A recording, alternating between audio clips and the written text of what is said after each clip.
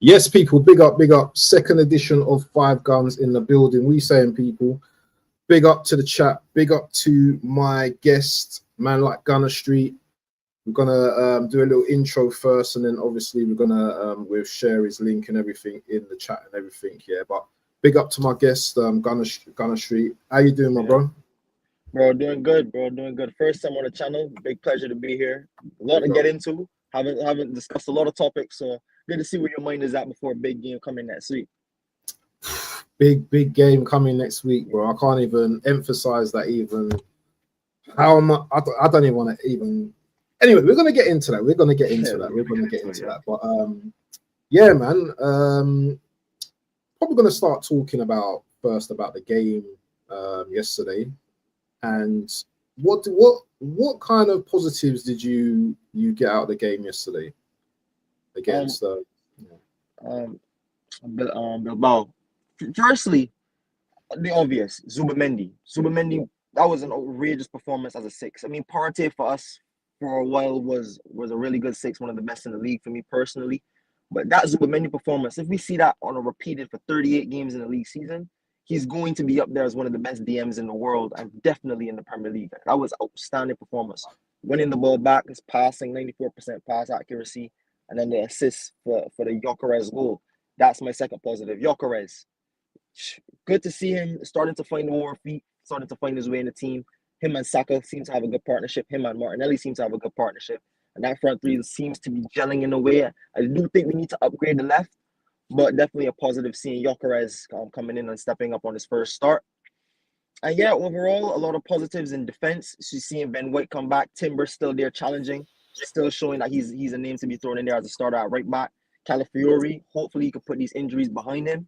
And we see that Miles Lewis-Kelly and him having that competition for left back. And good to see Gabriel coming back, man. We need him. And we've seen in preseason we conceded some silly goals not having him there. So having Gabriel back, a clean sheet, we look solid. We look ready for a big game, like you said, next week, because it's going to be a difficult task. 100%. What about you? What positives would you take? What positives would you take from yesterday's performance? Yeah, well, first positive obviously is Gyökeres scoring. Yes, absolutely. It was really good for his confidence to get that goal. It was a beautiful header. Obviously, Zubamendi as well. And what I loved as well about our play was we had like a double pivot of Declan Rice, and Zubamendi as well. And yeah, you know what? People were not kind of like feeling Madueke's, his start. But I thought he done all right. I thought he done all right. I thought there were some positives in his play. Obviously, he was looking across the ball. Maybe he's just like not fully fit as well at the moment. Needs to get up to match fitness. But there was some things like to see about that though. I like that we play a left footer on the left sometimes and give that. It's a little bit different from what we see cutting inside all the time and looking for the cross, and then that kills the moments. Sometimes, especially with Timber and Ben White looking to play right back, maybe Timber is there as a right for the left back to overlap him. You still have that cutting inside ability, but you have no Madueke running down the line, getting crosses in early, cutbacks to Gyökeres. I think that's something we definitely should be looking forward to seeing. Absolutely. Definitely. But yeah, I like Madueke's performance. I thought it was a good performance. Definitely. Decent performance. Decent. Listen, brother. I've got some tough questions today, So I know this is sweet peaches and cream right now to start. I'm ready for the tough questions.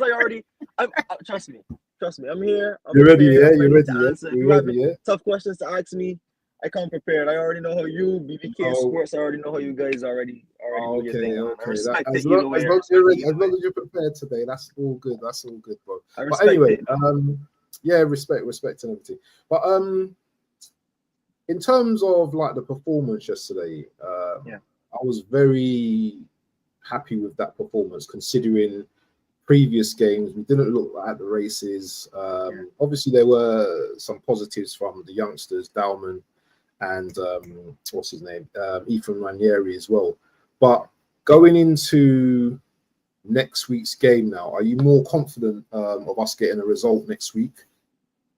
Absolutely, because I thought, like you touched on before, I thought in games like against Tottenham, that game was a very physical game, and you could tell we have guys coming back from injury. Guys didn't want to risk it, especially in the game before Calafiori, I think, picked up a knock or something like that. And we didn't want to risk our players going into a massive start of the season. That start we have is crucial. If we want to win the league, we have to start positive there, and I think we have to put the league on notice. So based on yesterday's performance, I thought we played vertical. I thought we played in the lanes really well. Good to see team linking in Gyökeres. He drops deep, players that link up ball with either Saka or to Zubimendi, who flings the ball over the top. Odegaard as well. I think compared to previous games, I'm definitely more confident going into next week based off yesterday's performance. It would have been difficult saying that you would have been fully confident if we looked poor yesterday again. That would have been 3 games in a row where you had to ask the question, okay, what's really happening here? But I think based off yesterday's performance, we see we're gearing up. I think that's the team we might see going into against Man United. But either way, I think we should be getting as a result against Man United, even though it's been a difficult time every time we go to Old Trafford. But I am definitely more confident based off yesterday. Definitely more confident. You don't seem too confident. Do you seem confident? No. Do you know what? I'm trying to obviously I've got to manage the chat, and we've got a new guest now that's coming. Well, not new guest, but we've got a guest, someone that you're familiar with, someone that you know. I've got to try and manage everything around it as well. So I'm probably going to host more today, but I will answer questions as much as I can. But man, like Cape in the building, we say, "Much, you good?" Oh my boy, lateness. It's all right. No worries, my brother. How you doing? I'm blessed, man. How are you guys, man? I was just we're there, man. We're there, man. It was very interesting. We are there. Why are you not confident or well done, man, about Sunday? What's going on? No. He asked that question. I haven't even answered it yet. Do you know what I'm saying? I'm the host, so let me answer the questions. But no. It's not a question. It's not. What I'm looking for against Man United, yeah, is to beat them up. Yeah, I don't want a 4-0, 5-0, or none of that rubbish. Yeah, I just want to make sure that we get our 3 points by hook or by crook. Yeah, if you guys know, yeah, Man United are one of our biggest rivals. Yeah, I don't know like how your ages and stuff. Yeah, but I've grown up with Man United being my main rivals in it. So it doesn't matter what type of level we're at with them or they're at with us, we have to beat them, because beating Man United, yeah, for me, and I know it's a 38 game long season and stuff, yeah, but for me it sets the precedence. Not to everyone in the league, but it shows Man United, listen, yeah, you man have got a few new players, yeah, but listen, we still can clap you up when we need to, yeah, because if you look at the record over the last 2-3 years, they've only beaten us in the FA Cup. Yeah, they're not beating us in the league, and I want to keep that record going. So this is why it's very important to me that we go into our first game of the season. I don't want to hear draw from any man. I don't want to hear, oh, they've got Sesko and they've got Burma and they've got. I don't want to hear no excuses. Yeah, we need to go into this game. We should be good enough to beat Man United. I know it's Old Trafford. I know there's history. I know. Do you know what I mean? There's a different type of like energy when we go there. But for me, we need to go there for 3 points. Hold on, I'm just bringing in BBK as well. BBK has entered the building. Big up, man. Big up. So BBK, we've just been talking about the Man United game. And I've just put in my thoughts. Anyone could go next about the game next week.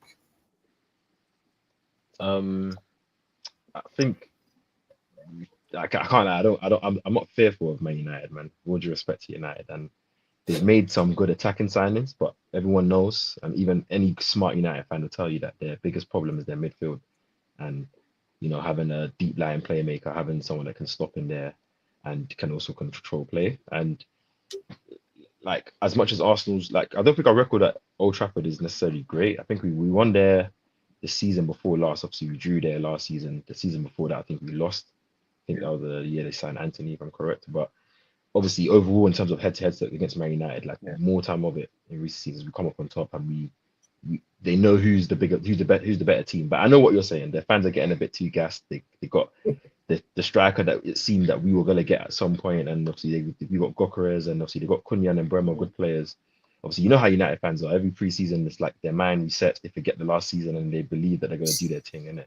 And it's just about us humbling them and making them feel like, you know what I'm saying, this season's gonna go as, you know, status quo. Like, I think yesterday's performance gave me a lot of confidence in terms of how I feel like we can break United is that kind of quick play, that direct play, like putting their players under pressure without it being in a settled block, like what we kind of faced last season in that 1-1 draw. So I can't lie, I'm confident, man, and I think we'll do our thing. I don't know what BBK thinks, but I hand pass over to him. 3 points. 3 points. It's a must win. Yeah.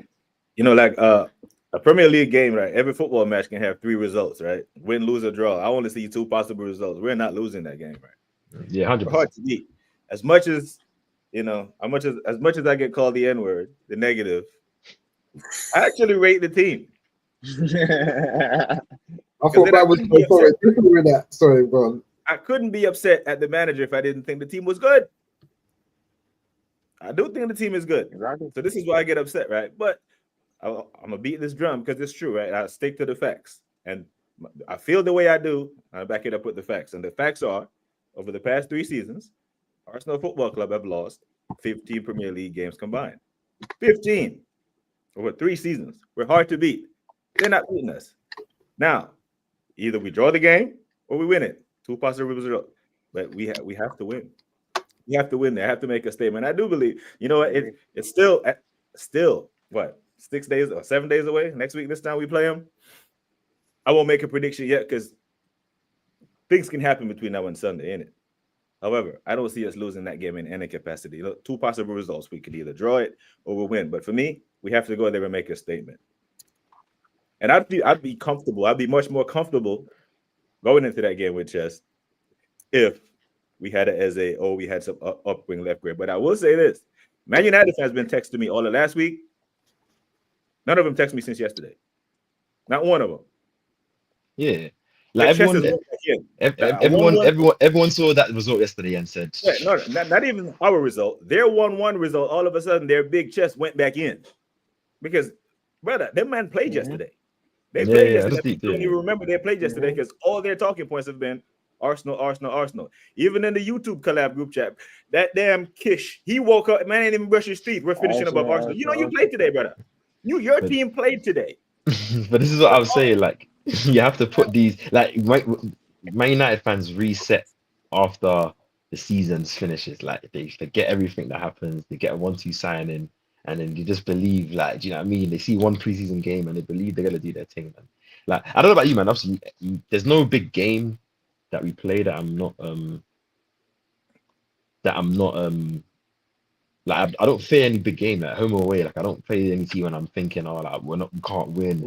And like what BBK said, like I definitely feel like we won't lose. So it kind of like I'm there still. I don't know about you, Steph, but that's where I am. So I'm just sorting out the layouts. For me, I was disappointed last season we didn't get 3 points there, because I thought that was even more prime than ever to go there and get 3 points. Second time there in a long time, going back to back winning at Old Trafford. But I think again, coming Sunday, I think you have, like I said earlier, we have to start the season well. And I think with Liverpool coming up in the 3rd game at Anfield as well, having to go to Newcastle, having to play City all at the beginning of the season, I think this is a game we should be looking at saying 3 points on the calendar. You have to, based on others around us. I think we have to look at that game as 3 points. Man United are a team, yes, they've made signings like you said, but you also talked about their midfield. That's still a majority team that finished 15th last season. We're a team that should be on the progress, should be on the up. We have our signings in early. Big had their signings in, but Sesko just came in, didn't have a preseason. We're gonna have to be looking to attack the season from the start, and I'm glad to see Gyökeres scoring, because I would love to see Gyökeres get a goal at Old Trafford on Ruben Amorim's head, on the Man United fans that have wanted it for so long, and then hit the celebration. So I can't wait. It's gonna be a good game.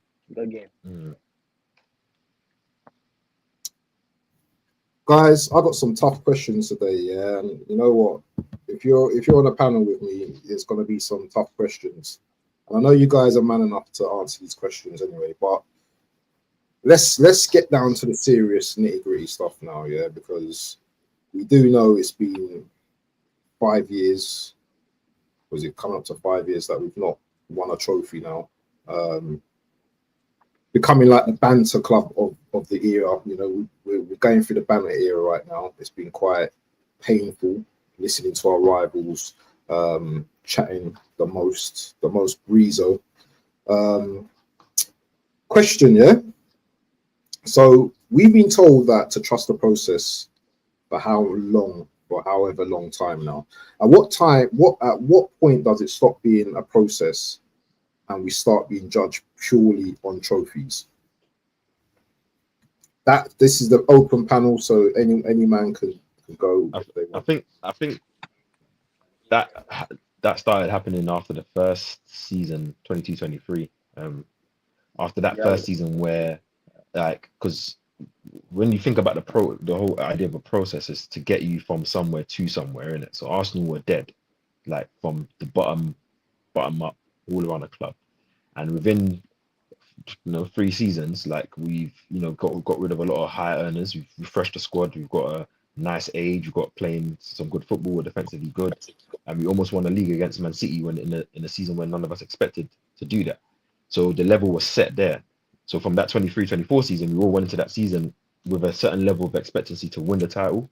Obviously, we know Man City was a team we're going against, but we kind of were expecting our team to at least compete for a title. Obviously, we almost won it that year and we were disappointed, and we entered last season with the same level of expectation. So when we don't win, we're going to get judged. Like, because if we do win, it's not going to be a surprise. Do you know what I mean? Like how 22-23 would have been a surprise. I don't think any year after that would have been a surprise. So then I think from there, the judgment of the process or winning trophies came from 23-24, in my opinion.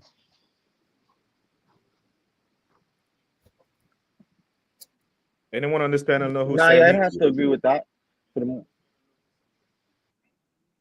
Now go on, Steph. Go on, I didn't hear Steph. you. Go, No. Steph. I was just gonna try not to reiterate KP's point, but I was gonna say yes, I do agree with that because none of the trophies after there would have been judged as a shock. I do think the man, especially this season, I think that's where a lot of pressure is going to be on him, especially from certain sections of the fan base. But I think how the season progresses along has to be judged in context, especially last season. So I just hope that this season, I think we've added to the squad. So no excuses on that front. I think we've learned from the experience about managing the squad. I think that's why you have the likes of White, Timber as right back options now. So hopefully they stay fit and look forward. But no, hopefully we have options in midfield and up front that we continue to add. But to me, I think we have to win something this season. If that's the ultimate question, I think what Phil Dunn is trying to get at, what about this season? What comes on to this season? I think we will win something this season. And based off of the performances, based off of what I think is shaping around the club, based on the energy I think is forming around the club, and the facts, like BBK said, we only lost 15 games. We had the best defense in 2 out of those 3 seasons, or one of the top 5 defenses in 3 out of those 3 seasons. So I think we've addressed a key area, and that's getting the goal scorer. One more area, I think, in getting an Eze in terms of helping us with the chance creation, especially off the left wing or as a 10. But other than that, I think we have the best defense. I think we have one of the best midfields, and we have the best goal scorer, one of the best goal scorers in world football. So this season, I'd be surprised, honestly, if, God forbid, injuries, we didn't walk away with at least one trophy. At least one trophy. I think those are BBK scores. What about your expectations or your things? Oh yeah, I mean my expectations have been just win or give someone else a chance, right? Most managers, when you're the second longest tenured manager in the Premier League, normally you have trophies to back that up, not a process or a narrative or a PR thing. There's a guy named Sam Hinkie, right? He was the general manager of the Philadelphia 76ers. This whole trust the process thing, if you live in these units, that's where that came from. Trust the process was a thing because in American sports, there is no jeopardy. There's no relegation, right? So teams can openly tank, openly lose games in order to get draft picks to better their team. That's what the 76ers did. They were purposely losing games to get better draft picks. That was their process. And to this day, 7-8 years later, that process still hasn't. There's only one player left on that Philadelphia team that was part of the process, and that's Joel Embiid. It was failed. This trust the process thing was never a process. Now, when we're this deep in, and the manager is saying that we need to rebuild. Normally, when you rebuild, you have won something. Like the build didn't even finish because he's openly saying that we need more players. We need more players. Then you're still building. It's not a rebuild. You're still building your own team. And I don't believe any player is at this football club unless Arteta wanted them. Like this, all these players are players that he trusts and players that he wanted, right? So he believes that this team that he has is good enough, right? He believes in Saka. We all believe in Saka. We believe in our defense. He believes in Odegaard. He believes in Declan. He believes in all these. But he also believes that our left wing is safe. He believes that this left wing can compete. So, okay, you got your striker now. Third time or fourth time. Because I say third time because I don't really consider this past season a title charge. We spent 0 days at the top of the table. None. Man United spent more time at the top of the table than we did, and they finished 15. So I don't think last year was a proper title charge. So this will be his third attempt with expectation to deliver a trophy. And I'm not bent on. Go on, Steph. Go on. No, I agree with that point. I want to hear to the comment. I was looking to the comment. No, okay. Leave the damn comment section alone, man. No, I agree with that point you said about like I'm not excusing it, but I don't think last year was a real title charge because we didn't ever really challenge for the title, even though we finished better than everyone else. Yeah. So most people are saying he has to win the Premier League. I am not in that camp. A domestic double, I'm calm. Like you bring me the FA Cup and the EFL Cup, I'm calm, bro. I can't sit here for a whole year saying you need to win. Then he gives me 2 trophies and I'm like, nah, you need to go. I'm calm. Yes. I'm consistent with the energy, but you have to win something. It's all about context, like because I don't think we would win those 2 trophies and still not necessarily compete for the Prem and still not necessarily like go to quarterfinals or semifinals of Champions League or have the ability to do that. It all comes in context. We can't be 15th, isn't it? Yeah, we can't be 15th. Yeah, but I doubt we would be, innit? That's what I like. I'm not looking at things simply, but I'm like the defense we have, the shape we've had, the consistency we've seen over the years. It's not like it's been like a one season thing or these guys just locked in trying to like this is us, innit? Like we all just kind of our hope is that if the attacking dynamics and efficiency improves, then we're looking at one of the best teams ever, right? Because they know how to shut down any team, they can match up against any team, and now they can kill any team. That's the last thing that we need, innit? This team to kill teams. Like, and not even in the way that we were doing in 23-24 when we were wiping teams 5-6-0, because we were killing teams, but I feel like we were just so much in the flow, like, and the defense was so good that it didn't matter. But I feel like killing teams where like there's a possibility to win a 7-8-9-0 in a game where because you're just so efficient in the way you're playing. Like, but the league needs to happen. Like, I want the league in it personally. Like, that's not the end of the for me. Win the Champions League, I don't win anything called. And I think about the double makes sense. The double makes sense. Shout out to everyone in the chat. Shout out to you, Ross. But ultimately, I can't lie to you, man. I don't know, obviously, I guess I'm segueing. Like, how do you, man, feel like in like before this? Because obviously we're 6-7 days before the season starts. Like compared to like the last 3 seasons where we've been good. How do you feel right now as Arsenal and what we want? Like, because I don't like compared to how you felt last season and then the season before, like where you might have felt a bit confident maybe, or you're buzzing, expectant, or you're relaxed because you feel like. Do you know what I mean? I'm kind of relaxed. I don't know about you, man, but how do you feel? I'll say this, KP. I feel the same way now as I felt in 23-24, as I felt in 24-25. Because going back to what we originally talked about, I thought we should have won the league or should be in a pole position to win that league every single time. And I think this season, again, I want us to challenge for the league. Even though some people say we didn't challenge for the league last season, I think we were too far off as well. I can't hold my eyes up and say that was a challenge compared to others that we've seen in the past. But I do think this season, again, we should be challenging for the league. I don't feel any way like overly confident this season compared to last season, because I thought last season this squad was good enough to win. I thought the season before that the squad was good enough to win. So yes, I guess a little bit more confident, but in terms of my overall mood and expectation, I'm the same way I was two seasons ago, honestly. I feel the same way. BBK? What about I think we're still a little unprepared. So going into a season, right, I would appreciate if my football club gave themselves the best possible chance to win, right? Control the controllables. We know we're going to get injuries, right? The injury guys was kind to us in 23-24. That's the closest we've been to a Premier League title in 21 years. When the injury, we were the last day. There was a Premier League trophy at the Emirates. We didn't even need Man City to lose. We just needed them to draw. So the injury guys were kind to us, and we came that close. So if you know, injuries are going to happen. So I look at Liverpool's split lineup today, right? most people agree that Liverpool had the best midfield in the Premier League last year with Gravenberch, with McAllister, with Szoboszlai. 2 of the 3 didn't play today. Well, didn't start today. Gravenberch wasn't even in the squad. McAllister came on. And they still look good with Curtis Jones and Szoboszlai. That's quality depth in our midfield, right? What I'm saying is when we rotate our midfield, I don't think we have the quality depth there.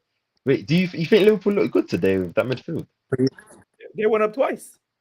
I respect Palace for clawing back twice, but they went up easily. In 4 minutes, they scored. 4 minutes. No, but that's like obviously Ekitike and Verts look amazing, obviously, and they had a little connection together. I'm not saying that's all on them, but I'm like, Palace in the first half had a lot more chances than Liverpool in that game, and obviously, Palace have a decent team themselves in it, so I'm not trying to disrespect them, but like Liverpool didn't have that defensive screener in that game. They didn't have they were getting caught in transition a lot of times, and that's the thing. If Gravenberch is not present, they're like on the ball, they're good, but football's not always played on the ball, especially in Premier League. Some teams can have their day. Liverpool play on the ball. Liverpool play with it. They have it 60% possession of the time. But the overarching point is that 2/3 of their midfield wasn't on the pitch today, and they were able to go up twice in the game. I don't think we can start our backup, because if you look at the game against Villarreal, we sat our midfield and we started Moreno and Norgard, and we didn't look good. It was easy for us to be played through. You know what I'm saying? Quality depth. So I think we need an additional midfielder and a left wing. So if we had that, I'd be calm like Steph, because now we're prepared. If we had a good left wing play and a backup and another attacking player, then I'm looking at Arsenal Football Club and I'm saying, where's our weakness? Where is it? The first 11 is solid and there's quality depth. So until we get to that point, there's still apprehension me going into a season competing with that and Man City. Because I know, but Waffle Down, you've been saying it. People are looking past City like it's just us and Liverpool. The same way the year before, they were looking at us and City and looking past Liverpool. And Liverpool came and won the title. You know what I'm saying? So I'm not there yet. If we were going to Anfield with Eze in the squad, with upgrade on the left wing, then I'll be calm. I still think we can get something there. But I don't want to go to Anfield thinking, okay, we get a draw here, it's a good result. I want to go there and win. We haven't won there since 2012, right? Because if we go to Anfield and win, all of a sudden the message is that Arsenal is serious, right? Because we haven't won there, we haven't won at the Etihad, we haven't won at that. We go to Stamford Bridge and win all the time. We need to go to one of the boys who have been lifting Premier League titles and beat them on their home ground. Then I'll be confident. Until then, I'm calm. But I don't. It seems like we're going into another season unprepared slightly. That means we're going in with hope. I'd rather be prepared than hopeful. Is the net of what I'm saying. I see what you're saying. I hear it. You know the thing for me is I just want to go and play football. I just want to take one game at a time, win game, and just see from there. I don't want to predict the next 6 games, the next 8 games, 10 games. I just want us to go into the season and winning games. I'm not overconfident, but I'm also not completely negative as well. I do have concerns, obviously, about the drop off from the first 11. Whether that drop off is actually really affects us, because we've seen it in pre-season. But apart from that, I'm at the stage of let's see what happens in it kind of thing. But also as well, this leads me to my next point as well, if Arsenal don't win a trophy this season, is this considered a failure? Anyone can answer this, bro. This is an open panel. If Arsenal don't win anything, I come on and say yes. No excuses. No, go on, Steph. Go on. I'd come on and say yes, and I'm one that's also looked at as overly positive, or someone that's a positive fan. But I think if we push on for 3 straight seasons, and you've invested a lot this season, I think not coming out with a trophy when you're competing for a minimum of 4 to start the season, again 3 years on the bounce, then you have to ask internal questions. Something has to be missing, because again, you don't go have the best defense, in the Premier League. You don't have one of the best midfields, one of the best attacks. Teams don't beat you on the regular. How can't we lift a trophy? And I think not getting a trophy in terms of whether that even be a Carabao Cup or a FA Cup, that would be concerning for me. Because one of the big questions a lot of people have been asking about Mikel Arteta is his run in cup football. And I know that's something BBK always loves to bring up, his run in cup form football. But I thought over the last 2 seasons, we've seen improvement in that, and especially in the Champions League. Quarterfinals, we fell to Bayern. I thought that was a poor Bayern side. We should have got the better of them, but little margins, fine margins, they beat us. We come back the next season. Even though that Real Madrid squad, people are going to say, oh, that was a depleted Real Madrid team, that was this and that. That's still Real Madrid. We beat them home and away twice, and we were the better team twice. We then beat PSG. We beat PSG in the group stage, but we played PSG again in the semifinals. The first leg, we were battered for the first 30 minutes. We started to grow into that game, ultimately lost. But that second leg, the key thing we talked about last season is scoring goals. I think if we scored a goal in that semifinal, we would have been through to a final, and anything can happen in the final. So I say all that to say, he has to win a trophy, because I personally have been seeing improvement. I'd be disappointed as a positive fan, watching for so many seasons, seeing this team build, and then again in the season where you got Gyökeres. You've added Noni Madueke, who's winger, at least winger depth, someone to give Saka a rest or Martinelli a rest to rotate the squad. I think you've definitely upgraded from last season's pair of Partey and Jorginho. I think we upgraded adding Norgard and Zubimendi. That's just my personal opinion. I think if you keep Ben White fit for a full season, we didn't have him last season. You have Timber now fit for a full season, hopefully. Gabriel Saliba now fit, hopefully. And I think, again, we should be challenging, and we should at least be carrying home 1 trophy out of 4. At least 1 trophy. Especially when you see our rivals lifting trophies over the last couple of seasons. So, yeah, I definitely want to see us win the trophy this season. You think Norgard is an upgrade on who? Jorginho. Specifically, Really? Jorginho. If we're looking at starter to starter, bench to bench, I'd say Norgard is an upgrade on Jorginho. Just for the mere fact that Jorginho was a good player. Jorginho's name was on a Ballon d'Or shortlist in 2021. I know what you're saying. Yes, Steph knows. We're talking about the No, I hear that. I know that. I rate Jorginho. It's not even that I'm. Do you think Norgard is an upgrade on him? As in the Jorginho we had. Yes, the Jorginho we had last season Jorginho didn't even give us proper minutes last season. The 23-24 Jorginho, I would have said that's debatable, but we did not have 23-24 Jorginho last season, and that's the harsh truth. Jorginho, we came in 23-24, that back half of season when we didn't have Partey, was class, helped us go on an undefeated streak. But this season, did you watch Brentford play last season? Jorginho to this season's Norgard, I think is upgrade. Brother, there is a reason why that man is 31 years old and never heard Champions League football music in his life.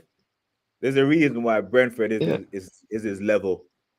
I think you'll change your opinion. We could say that. I think you'll change your opinion this season on that.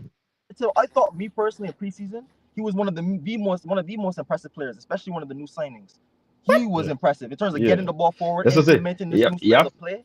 I'll give you that. Norgard was definitely. And I'll say something else here. And Steph knows me in it, so you know how I feel about Jorginho in it. So you know how I feel about Jorginho, because that's one of my favorite players in Arsenal, because of his intelligence. Obviously, I'm just an intelligence guy, so when players have intelligence, I'm with that. But Jorginho couldn't offer us back-to-back games, apart from I think the period in the beginning of the season when Rice was injured, and I think he came in and stepped in alongside Partey against Spurs, and I think against. I don't know, he didn't play in that Man City game, but in that period there, that's fine, isn't it? But I think consistently he didn't have legs in him. He's a better player than Norgard. I don't think that's a dispute, but I think you have to think about it like this year. If we can allow Zubimendi to not have to play or start 50 games in a season because he's fit and available, because you can't drop him in certain games and rotate because the guy that's on the bench either is not fit and available or is not able to play, then that changes your whole perception come towards the end of the season, when we're wanting us to be in those final games and in those semi-finals and quarterfinals and title runs, when these guys are a bit more fresh.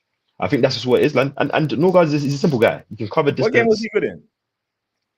The Villarreal first half game. The Villarreal game, he was the first sub hooked at halftime. He was the only player hooked at halftime against Villarreal. He was I think it's a bit harsh to look at subs in pre-season when you have to get minutes into a lot of players. I don't think anyone gets hooked. I think it's more rotated. Do you know what I mean? Because even when Yeri came on, even when Yeri came off, I think Ben White came off in that game as well for Mascara. I don't think he got dropped or hooked. I just think he got rotated. Ben White didn't start against yesterday. I don't think he got dropped or anything. If he starts against United, I don't think Timber gets dropped either. I think it depends how you're looking at it still. Let me ask you guys a question then, yeah? Is Norgard good enough to win us a title? No. He's not gonna start enough games. As a starter, no, but as bench cover, we just talked about the reasons I think why. I think again, when we looked at not having Partey. Now go through KP, go through. I think it's unfair to say no because one, you haven't seen it. So if you're just doing simple maths like, oh, he played for Brentford, he ain't played in Europe, it's like it's like that means you're looking at it all wrong because I can tell you millions of talents who haven't played in anywhere near level, and you can see them in one season. Like an Elise, for example, he ain't played in Europe and he played one European title for Bayern Munich as one of the best players. Well, you can look at Elise at Palace and knew that he was the real deal. No, I know, but I'm just giving you an example of the context you used and saying that it can be easily debunked if you're looking at it for a certain. Like for example, Norgard is going to do a job, but the difference between him and the difference between like he can cover ground, he's an interceptor and he gives the ball quickly. But he's not an El Neni sideways passer. He's more of a progressive passer. That's he's literally an El Neni. He's literally an El Neni. But he doesn't pass sideways as his only choice. He will break lines, and I'm saying you will see that over the season. Like that's just a fact. The only thing he has over Jorginho is that he can run. But that's the thing. As a six, we have seen the best sixes in the world never had to run. Sergio Busquets was slower than my wife, but he was one of the best. These defensive DMs in the world because he played the game of you. Yeah, I know. But he was never fast. Rodri isn't fast, you know. But within KP, Rodri has a Ballon d'Or. He is not. Speed is not his thing. He's not fast. Okay. He's not best with pace. Yeah, but you're comparing our bench six to the best sixes in the game. If you're going to do that, then you just said when Zubimendi is rotated and can play, this is going to be. And I think the games that Norgard has started in, we have looked bad. Yesterday's performance was electric because we had a ball playing DM who can actually play there. But that's in your opinion. That's in your opinion, though. That's not fact. You know that. KP. Here's the fact. Go on. Brentford is not a play out from the back team. They hoof it.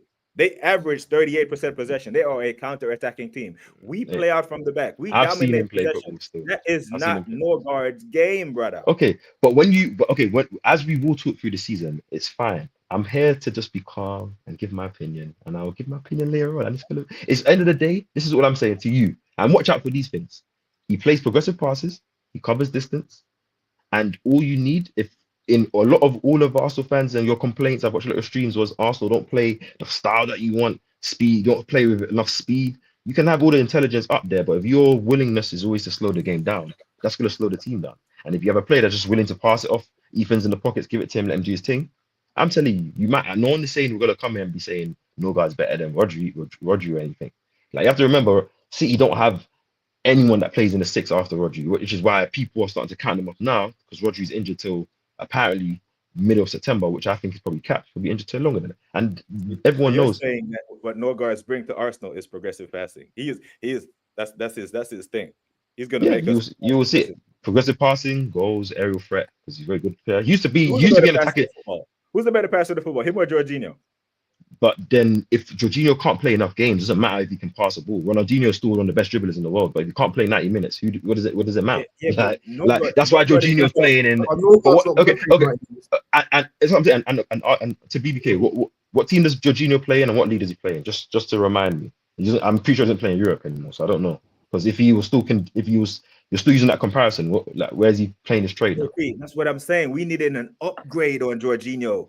Norgard is a back pass from Jorginho. No, but your whole argument against Jorginho was that he was a Ballon d'Or player a couple of years ago. He's a great player, and I agree with you in it. But so how many sixes of football are really better than Jorginho? When Steph said, I asked Steph who was Norgard an upgrade on, and he said Jorginho, and I'm like, no. He's not. But he gave the context of why. But this is what I'm saying. Like your arguments, like for example, you don't rate a lot of the signings. Like I'm not going to speak for you, but I know you're not the most fond about Madueke, for example, and other like players in it. But if Madueke's signing allows Saka to not get injured through the season, which means that we have a fresher Saka, and then at the end of the season, Saka plays. Whether Madueke scores or not, or doesn't do anything or not, For example, Sterling was dead last season. He couldn't be used. So that means Saka had to, like, for example, if that allows Saka to play less games in the first part of the season and leaves him fresh for the main part of the season while still maintaining that competitive level, that's all that depth does. Because when it comes to the running, you're not going to be talking about these players when they're not going to be playing because you're going to be starting your main team. It's about the first half of the season when you don't want to overload anyone's minutes, particularly. Mascara comes in. What I've watched this season, for example, and I'm digressing, is a guy that can, if Saliba wasn't playing or Gabriel wasn't playing, yes, I'm not expecting the same level, but I'm also not expecting a level that's Rob Holding level. And if you think Norgard is a Rob Holding level player, you'll be surprised. And football will play itself out. That's what I'm saying to you, innit? Like, no one is saying that he's going to be the best 6 in the league, but we're saying he's adequate, that he's not going to drop our level. That's the main thing, like, that our level won't drop. No one's saying that he's going to come to improve our level, because if he's going to improve our level, then Zubimendi will be the bench player, and that player will be the starter. But we brought Zubimendi in. You're not going to buy the same level as Zubimendi. And right, but if the player that Norgard, if Norgard was a player that was closer to Partey level, so for example, before the Partey off the field stuff, right? If it was just pure football and Zubimendi was here and Partey became the Jorginho and the depth, chest. But Norgard, the drop off from a Partey level player to a Norgard level player, whole lot of bandwidth there, my brother. I don't know. Yeah, I agree. I agree with you, but then you can't get. But this is what we need, KP. This is what we need to compete with but Liverpool. Then there's a reason why Rodri doesn't have an understudy for 7, 8, 9 years. But because Partey if you're trying, be the understudy. but this is what I'm saying. Better than a Norgard, brother. But the reason Partey never made sense to me for us to keep, apart from the name brand of it, we have to look at the stylistic aspect of it. And I don't think personally, I think Partey was still a top DM. But in terms of progressing the ball forward, playing the type of football, we're going to need to be improved and play like a PSG and get better and challenge the PSG or Barcelona. All these teams that can score 3, 4, 5 goals when they want to, is playing that ball quicker, especially through the lines. And I think Norgard is the answer to that. I think we've downplayed Norgard's ability to do that. And I think stylistically, this team is going to change. And yes, Partey could have been good in it, but getting a player like Norgard is not as much as a downgrade as you're making it. Like KP mentioned, the progressive passing is one of the biggest things I took away from his game in preseason, and especially winning the ball back. Yes, I don't think he's Zubimendi level. He's not as good as Zubimendi. But if we're playing a Sunderland, or we're playing a mid-table team, and we have to rest the team going into a Champions League tie, I expect our level to still remain somewhat competent, especially with the players around we're going to build with. That's all I'm saying in terms of upgrade. The two games that we looked the worst in. The 2 games that we looked the worst in the preseason were the 2 games that Norgard started in the 6. Where's 2 games? Norgard started against AC Milan in that first game. I said the 2 worst games we looked in was the Villarreal and Tottenham game. Yeah, but Norgard started against AC Milan in that first game, I'm pretty sure. In the AC Milan game, yeah, I was going to say. But I'm saying the 2 games that we looked worst in, both of these things can be true, but the 2 games that we looked the worst in, and it happens to be the only 2 that we lost, were the 2 games that he started in the 6. That's fair enough, but then I could also look at Kivior playing centre back, 2 goals against Villarreal, poor box defending. Gabriel comes into the game. We don't have none of that. Could be a factor. Also look at Lewis Kelly, a couple mistakes playing in. Calafiori plays yesterday, a bit more mature. Obviously, that could be a factor. I'm not saying that Zubimendi isn't a factor. That's not what I'm arguing, because we're kind of arguing the same point. I think to keep a Partey, you would have to pay him 250k for a bench player. Makes no sense. Okay. So about to be a bench player making 280. What you saying? No, but I'm saying to keep him because you had an option to lose him for nothing and then pay him to stay. You keep him and you let Sambila Kanga go, brother. Okay, but then what happens then when Partey now plays and then his natural injury history, forget all the stuff off the pitch, his natural injury history that's only was an anomaly last season comes into play and then he's injured now and then Zubimendi can't play and then we have no one that can be available. Then what would you say then? No, what would you say then? Would you say, do you know what? Fair enough, you gave him the money. Do you know what? You just have to deal with it. Hey, Lewis Kelly, hold that DM or Rice or something. Or would you then be like, do you know what? You shouldn't have done that. That wasn't the most smartest of things, thinking about things long term, giving money or 3-year contract to a player that has only had one full season of playing the whole season. Like, forget all that stuff on the pitch. As well. We've done that with Tommy. Yeah, but that's why Tommy, but Tommy doesn't play for our team anymore. So clearly the club's changing their approach. Do you know what I mean? But they're trying to get him off the books. If an ACL injury, how many players are you going to buy off that has 2? I think he has 2 years left on his deal. How many players are you going to be able to sell? And one thing about Jesus, to me and to all of you guys, he's still a very valuable asset. If he's fit, he improves he improves any other team. So Arsenal shouldn't I be agree just with cutting you. I ties think with he's better Jesus. than us. Should be trying to sell him for some bread if they're gonna sell him this summer. But I doubt they're gonna be able to sell him because, as you're saying, he's recovering from an injury. The whole uncertainty thing. That's besides the point. But I agree with you, BBK. I'm not saying like I'm not here to say Norgard is the truth in it. I'm just saying like my main thing is that if there's certain positions in a team that it's hard to employ someone that's the same level. Like you can't employ the same level of player as Saka because he would rather go and start somewhere else. It's not about his competitive mindset. It's just about I'm not trying to play bench for 3 years and play bit part minutes when I'm valued to play a starter. That's not me saying Madueke isn't that, because obviously clearly he's been used in both positions, and we might not want that because we want an Eze, we want a left winger, and hopefully we get that, and then we'll then see how this Madueke signing really gets to play.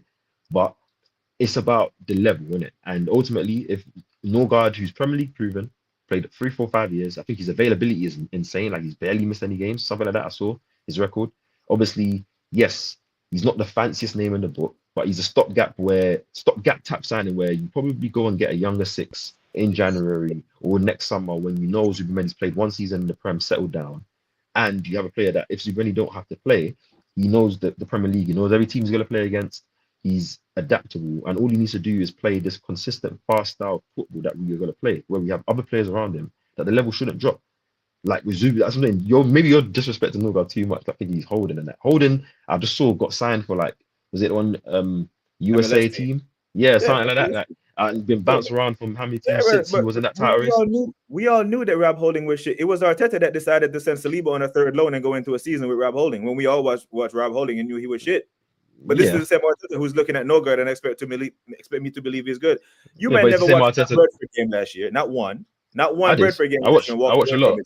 Okay, you see and how many of those Brentford games you walked away, KP, and said, "Oh shit, man, that Norgard was cooking." But that's what I'm saying. I don't need to walk away. Like for me, like for example, I'm pretty sure, and I'm not to disrespect one of you guys. A lot of you guys weren't on Zubimendi's boat for years. You weren't watching him like that. Do you know what I mean? Doesn't mean that when you did watch him that you didn't know that he was good. Like obviously, like when you're watching Norgard and Brentford, and yes, they have 30% possession. It's about the little things. When you do receive the ball, when you do have space, what do you do? Are you just hoofing it like Henderson in the 2016 or 2018 Euros when you're just hoofing it against Croatia? Like that's not a Norgard. Like, are you adequate enough to receive the ball on the turn, play what you see, receive it again? That's all I need my 6 to do, because my starting 6, as long as he's available, is higher up. Like for example, if Saka is available every game, no one's gonna care about what he does. Let's call a spade a spade. You're not going to care. You're not going to care. If Gokeres scores in every game, you're not going to care what Havertz does. You're not going to be having conversations because you're going to be winning games. We're talking about things that are like ifs, buts, and maybes of the unideal situation. But the ideal situation is that all the players that we have, God willing, don't get injured. And that's God willing, obviously. But as you're saying, like if you can prevent that by buying players that are reliable, so you can play them in situations that let you rest your main guys when they're in the red zone, that's all I'm about. First half of the season, everyone should be balanced. When we get to that running, then I want to be seeing this like the starting lineup, the strongest lineup, and that. And then, do you know what I mean? I'm not for the first half season. Just no one should be getting injured over no hamstrings, no calves, no nothing like that. Like because you shouldn't be playing all the minutes. Like that's what I'm saying. And if Norgard can give Zubimendi that, that's all I'm about. Because if we had, for example, like if we had a Jorginho and Jorginho couldn't play and Zubimendi had to play every game, imagine he gets a little hamstring for 2 months, and then. It's about that, but let's see. I might be aged wrong. Norgard might have to play 10 games in a row, and we might be bad. And I'll come on here and be like, "Hey, I'm sorry, and I'm a fool." But I doubt it. The thing is, like, there's a lot of stuff that, I agree with and that, But in a 38-game season, Champions League, cups as well, which we're under pressure to win, by the way, Norgard is going to get significant minutes because Zubimendi is not playing all them games. I'll tell you that for now, because this is his first season in the Premier League. First season, like we need to see how his physicality matches in playing games in the Premier League. So Norgard's going to get probably a lot more minutes than we think. So I'm just hoping, that this Norgard, when it comes to him stepping up, because he's an experienced Premier League player, I'm just hoping that he steps up. He's able to step up when needed. But I don't want to talk about Norgard too much, to be honest, because obviously he's just one player in the team. But the next point for me. Do you guys think that we can actually win the Premier League? Come on, Steph. Yeah, I do. I do think we could win the Premier League. That's where my whole argument started. I do think the squad has been competent. I talked about it all stream long. I think we have the best defense. I think, yes, we do need to make 1 or 2 additions. Getting the Eze, that would be ideal. Getting an Eze, or maybe even getting Eze and Rodrigo, that would make me feel Sorry, Steph. Sorry, just want to cut you there. Yeah, you keep talking about the best defense, yeah, but yeah, we've had the best defense for like the last 3 seasons, and we've still not won the league. So we can talk about best defense, yeah, but it's all about the attack. And adding Gyökeres, who I think everybody on this panel, except for KP and I think Waffle Don, you would probably want a Gyökeres. BBK definitely want a Gyökeres. Y'all would say that's the signing we needed. We have him. Saka, who has been showing consistent improvement across his seasons. Well, I expect him to come back and look sharp again and help us and get his goals, get his assists. Yes, so I think we do ideally need to upgrade the left wing. That our attack needs to get better. But again, in 23-24, we scored 91 goals. Dude, we have the second best attack in the league by 2 goals. We scored a lot of goals in 23-24. We were wiping teams 5-6, clearing out teams. So I know, and even last season, we beat Palace 5-0 away. We beat Sporting, that same Sporting, 5-1. We beat PSG 2-0. We beat teams last season convincingly last season. Real Madrid 3-0. We can score goals. I just think adding certain levels of players. Hold on, I'm just bringing in another panel, one of the big boys into the building. Yeah, hold on, let me just sort this thingy out. Keep going. Can you hear me? Keep going. Yeah, can hear you still. Oh, okay. Yeah, keep going. I'm just gonna bring in. Yeah, I was just saying. I noticed this team could score goals. I've seen us score goals even last season in terms of even when our goals dropped off. I think last season was a crazy season for me because we didn't take a lot of shots, which was poor. And also, our conversion rate was also poor. I take that Man United game that we lost in the FA Cup as one of the biggest ones. Havertz missed a lot of chances. Odegaard missed his penalty. We're missing a lot of chances. But I've also seen us during this stretch where we've grown under Arteta to put teams to the sword. So I think it's just getting back to us scoring goals, playing that free-flowing football. And I do think this team could win the Premier League. It'd be crazy to see this team challenge in the season before. And even with all those injuries we battled last season, we didn't fall off like a Spurs. We didn't fall off like a United, who used that as a crutch. We finished 2nd in the league. City had injuries. Yes, they fell to like 5th or 7th when they went through all their injury crisis. We were always. Are you talking about last season? I think there's a level of credibility. Yes, I think there's a level of credibility we have to give to the manager as well to still even keep this team consistent. When I look at City, who fell off with the injuries, United fell off, Tottenham fell off. So it's not always about that's not always about lifting the trophies, but I still give the manager a little bit of credit due to last season because of him, how he managed the squad, even with Timber having to play on injections, no Ben White, no striker at times. And yes, we can look back and say that's his fault, but again, I think we still have to give some level of credibility, still get through that. So expect going into this season, what I expect us to be back there again challenging, and I do think this squad at this current rate is good enough to challenge, and I think with 1 or 2 more signings is definitely good enough to win the league. Absolutely. But you can't say it's his fault for the injuries and still give him credit, brother. That's like setting your house on fire and then getting credit for putting out the fire. You know what I'm saying? If we have 4 I'm not saying it's some people. No, I'll say this. I said some people will say it's his fault for not having the certain guys there. And you know what? It might be, it might not be. That's what I think. That's part of the reason why Edu doesn't have a job at Arsenal and Berta does. I think that's one of the clear outliers right there staring at us in the face. I don't think he's ever said he didn't want attacking guys. I didn't think he's ever said he didn't want to strike. Also, who would know that Jesus has to get 2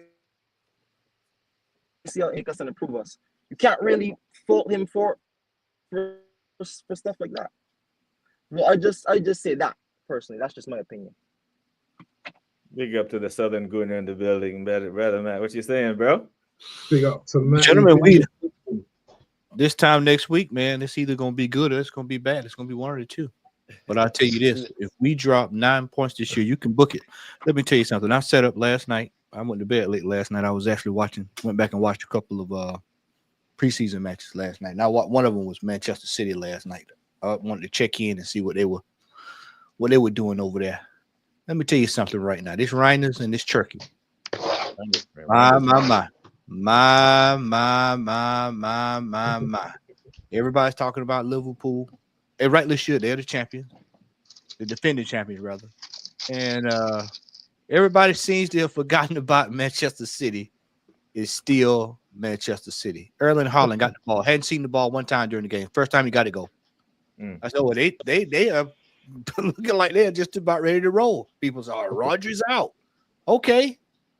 This is going to be the difference this season. And I told this to Kenny. I had a long talk with Kenny this weekend. And I told him, I said, the problem that's going to separate a lot of teams this year is one word. It's consistency. Who is going to be the most consistent team this season? Because we're not going to have the luxury of like we had last year, where it was just basically us and Liverpool. Forest got it now. They did a little bit. They popped up. Villa every once in a while. Villa. Newcastle. Was in and around. Manchester United down at the bottom of the totem pole. Tottenham down there about the bottom of the totem pole. That's not going to be that way this year. It's going to be a dogfight this year. Expect positions to change in the table about at least 8 to 10 times this year. The question is, what happens when this manager runs into a situation where we drop 2 games, 3 in a row, draw 2 draws here, a loss there? What happens? That's the $1 million question. We watched that game yesterday. Everybody here watched that game yesterday. And we saw, before Jokeris scored, we saw the same old Arteta game plan. Then I told Lee on the broadcast, I said, well, clearly to me, it looks like the players have decided that they want to take it into their hands and we're going to try something different. And that's exactly what they did. And every time they said, we're taking it into our hands, we'll try something different. You see flashes of, okay, yeah, this looks pretty good. This looks pretty good. The question is this manager willing to subdue his passions to allow these players to go out and do something for them? Because I'm mighty afraid that this is the last stop for a lot of these players with this manager, especially our veteran players. These players have been under this manager for 4, 5, 6, and even some 7 years. They're going to want to hear something different if they can't get it done this year. I brought this up. I was listening to Curtis earlier today. I brought this up on I'm sending the message. Or was it yesterday? It might have been yesterday. I was talking to Lee. It was somebody I brought this up to. When has Saka signed his new deal? Nobody ain't answering that question. I said, because the deal ends in 27. We get through 26. Where are we at, gentlemen? What season are we going into? 20. Saka's deal will get announced before the end of this year. It has to.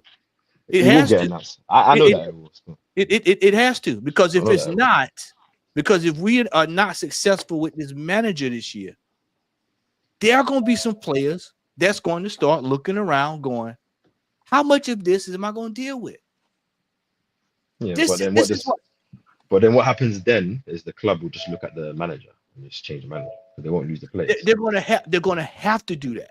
And this is why I've said since last season, Vance, BBK, y'all know I've been saying this.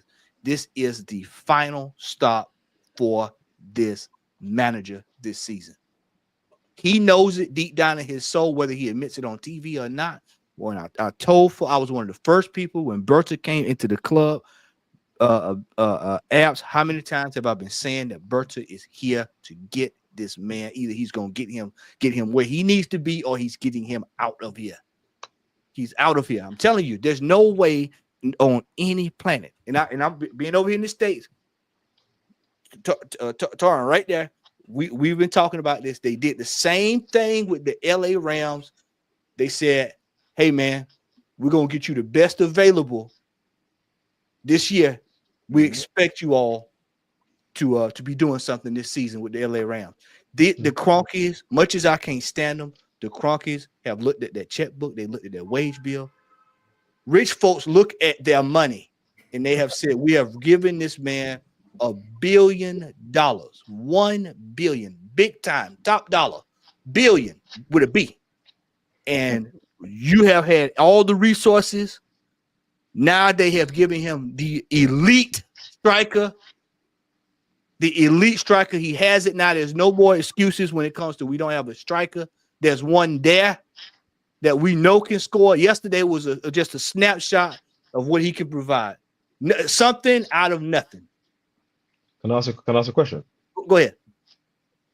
If Arteta does win, this season, like the Premier League, like going into next season, how does see how it's like this is the last stop. So like how many what does this stop extend to for you? He wins the Premier League season. He goes. He becomes an Arsenal. No, that's what, but I want to ask. Like obviously, I agree with what you're saying. Like where you're like obviously Berta came in, so it's like we're at that breaking point. It's like win or go home type situation, isn't it? And obviously, a lot of people want to win, so they don't believe this manager can win. So they are hoping that you're either hoping we win or he doesn't win, and then he can go home, and the next guy has his turn to try and get this team going. Obviously, I'm not really worried about the players because I think these players. I'm not saying I'm not worried about the players. I'm not saying that, but I think the players that we have left that we might want to sign on long-term deals, Saka and Saliba, are the last two, which I believe that they will, because they've both given very positive signals that they will sign the deals and when they've been asked it. My main problem with them two is just the length of contracts. If it's another 4 year, then that's like 5 years is kind of that certainty. 4 years is like in another 2 years' time, we're going to be having this conversation again. But with that, the Premier League has always got harder. In each season since, I think, Arsenal first started challenging for the title, I've been saying it. Like, the money in every other team outside of the top six, the type of coaches that these teams have, in terms of the level of coaches. Some of these coaches have won European trophies in other leagues with other teams and stuff. The type of players that are going to these teams, coming from European playing teams, going to the bottom of the league. Just look at Granit Xhaka leaving Champions League, Leverkusen going to a relegated Sunderland team. Sunderland team have a bad boy team this season. Don't be surprised if they're mid-table. This is what I'm saying. The levels are levels. But one thing I know about my team, and all of you guys know, is that we're consistent. Whether you guys don't like the type of football, we don't lose that many games. As BK has said, we're consistently one of the best teams, and that's just it. Because we are not that. Because what does that mean? Yeah, I'll land in it. So I'm saying, if consistency is going to get you to where you want to be in the season, where you know the levels can't really drop, because if you're facing even a mid-table team, it's not just a mid-table game. Like, they have great players. We dropped last season. We actually dropped last season. I agree in it. And obviously the context was obviously injuries, and that's my opinion. That might not be your opinion, and that might not be some Gunners or BBKs. That's fine. But my opinion is that we had a lot of injuries to our main players, and the players that when we have Marino playing striker, that's all that it needs to be said. Like, I don't need to be getting back into conversation. Like, Man City, you don't see Man City putting a number 8 in the. Who makes that decision? Who makes that decision? No, but then obviously, if I'm looking at things, because none of us are in behind closed doors, do you know what I mean? But if I'm just looking at the business, innit? Edu, after 1 month of the transfer window, announced that he was leaving, or garden leave, or Nottingham Forest were going to employ him as their, overseer, the job that he's in now. He didn't get announced in that job until I think it was about July or something like that. Interesting. We also left ourselves with no known sporting director, because we probably couldn't employ one until we done all the right type of interviews and the right type of vetting process, because our sporting director, who shouldn't have leave, because normally what happens is, I'll stay to the end of the season and then I'm going to hang up my boots, and then you bring in the next guy. That's what normally happens, right? You don't just abruptly leave in the middle of your post and then you got a January windows there. So I think Edu was the fall guy, in my opinion. I'm not saying that the first fall guy. Maybe Arteta might be the second fall guy, but Edu was definitely the first fall guy. And there's a reason why none of us are batting the eyelid that Berta's come in, regardless of what he's done so far, and saying that he's the guy, or he's the guy that's going to definitely try and take us to the next level. Whether Arteta is the guy or not, I believe he's the guy. I know my reasons why I know he's the guy, and I'm not going to get into it in this pod because we're going to be here for a long time. But the difference is for a long time, though. I'm saying that we will have a lot of episodes. And I'm saying that we'll have a lot of episodes, so we'll definitely get into it. I'm saying today, I'm saying that obviously I don't want to go on and waffle, no pun intended, in it. But what I'm trying to say is that I don't want to like how I'm looking at it is that I know our levels is hit, like in terms of how we play, what I expect from the team, the amount of chances we're going to concede per game, in terms of the problem, the amount of chances we're going to concede per game, the amount of grace we're going to give other teams. It's about what we can do on the pitch, and I think the players that we have and the players that we've employed, I think has given us some more optionality, different profiles. And obviously, we're still waiting for that one profile like a Neze and that to just kind of, because we've got the striker or a striker that most people wanted. I'm not saying he's an Isak or anything, but people are still hoping for that one other player, like that one kind of magician type of player that kind of moves us, that gets us off our feet. That's what we're waiting for, whether that comes from a Neze or comes from a left wing. And hopefully we do get it. But I think he has enough. And I just expect us to do it because I think our defensive level is going to consistently stay the same as it's been for the last 3 seasons, losing 5, then 4, then 3.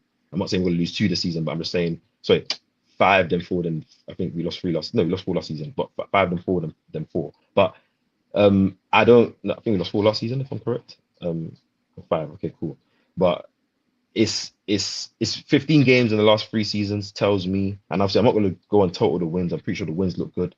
It's the draws that need to change. We drew 14 games last season. And even in the injury riddle season, let's just say we swapped Havertz for Gyökeres, and some of those chances that were dropping to him in some games got put at the back of the net. Some of those draws could have been wins, and we could be having a total different conversation right now. But I'm not going to live in ifs and buts in it because that's just dead. What I'm saying is, what I can see is that we're one of the best defensive team in the league. I think we have one of the best sixes in the world outside of Rodri. I think we have a lot of exciting, intricate pocket players in our team. And I think we've got a striker that only wants to score goals. And we still have Saka, to me, is still one of the best players, if not the best player in the league. And I'll argue that to the death comes down. If these players can play consistent, we'll win games. No one here is going to talk about the style of play or anything if we win games. No one here is going to talk about some of those games that were tough if we win games. And I expect the style to change because the type of players we've employed don't play the same. Like Gyökeres is not a back to goal guy that's going to be dropping in and slowing down. He's an in behind guy. Madueke doesn't think to pass first. He thinks to try and shoot, or he thinks to cross. Ranieri is not like Odegaard in the pockets. He's a different type of player. Like, this is what I'm saying. Zubimendi is not like Jorginho, and he's not like Partey. They're different. These guys want to play the ball forward. We've seen it. Like, and you might argue and say the players took it on their own against Bilbao and changed it up in it. Like, you have to realize. And we've all played football, innit? Well, I'm assuming we've all played football. When you play against a low block, go consistently play against a low block. I played against teams last season that sat in. Like, unless you have guys that are willing to smack it from 50 yards out, yeah. Like, not everyone's gonna be prime time Barcelona or Man City and pass it through guys 1-2, 1-2, because certain players have to do that. But what you can do is play the ball early. And when you win the ball, instead of slowing it down and pass it side to side and trying to kill, you can just say, you know what, one ball over the top. Like Saka did for Havertz.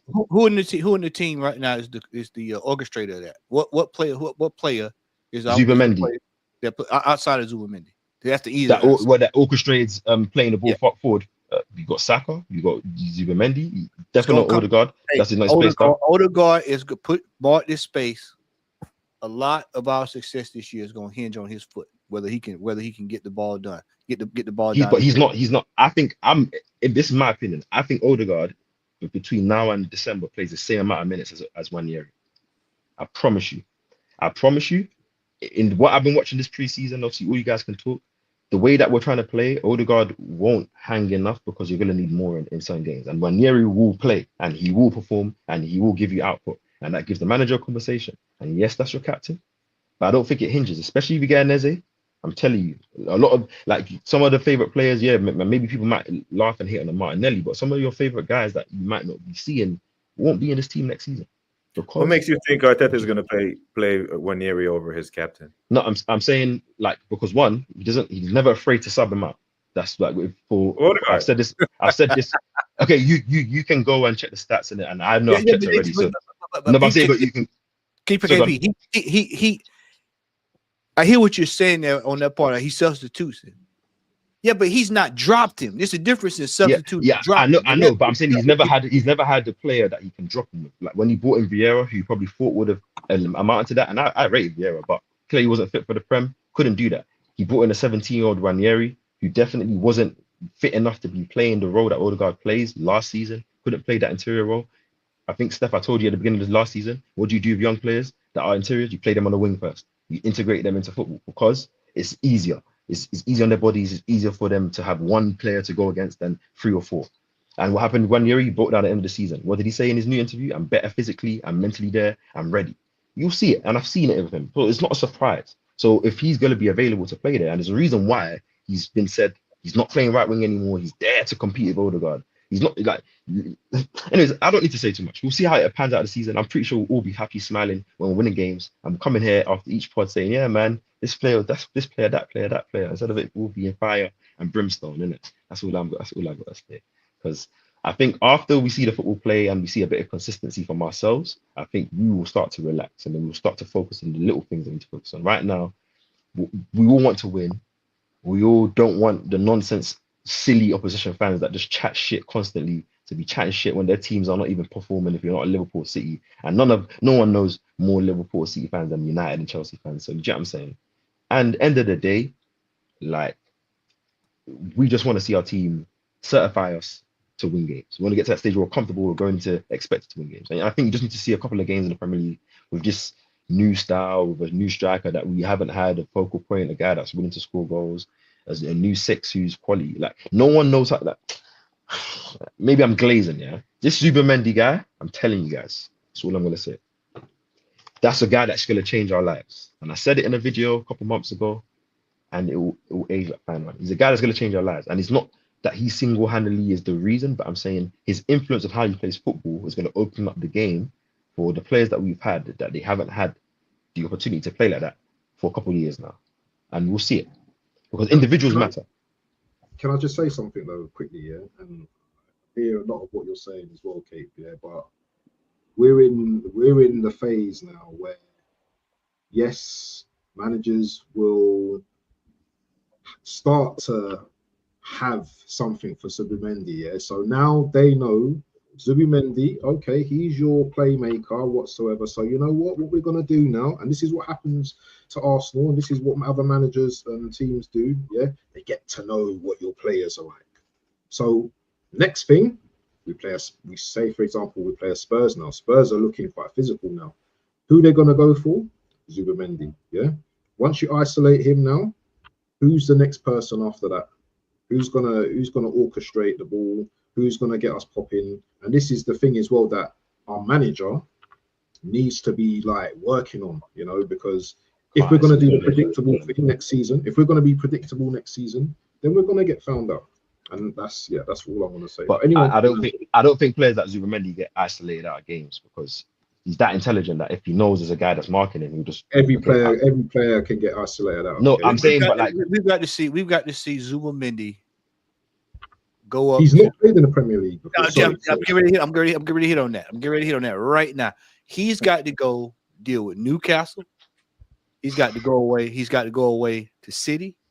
He's got to deal with the Sunderlands of the world that you mentioned, Leeds. He's got to deal with all these. He's got Bilbao was actually easier for him because he's seen that before.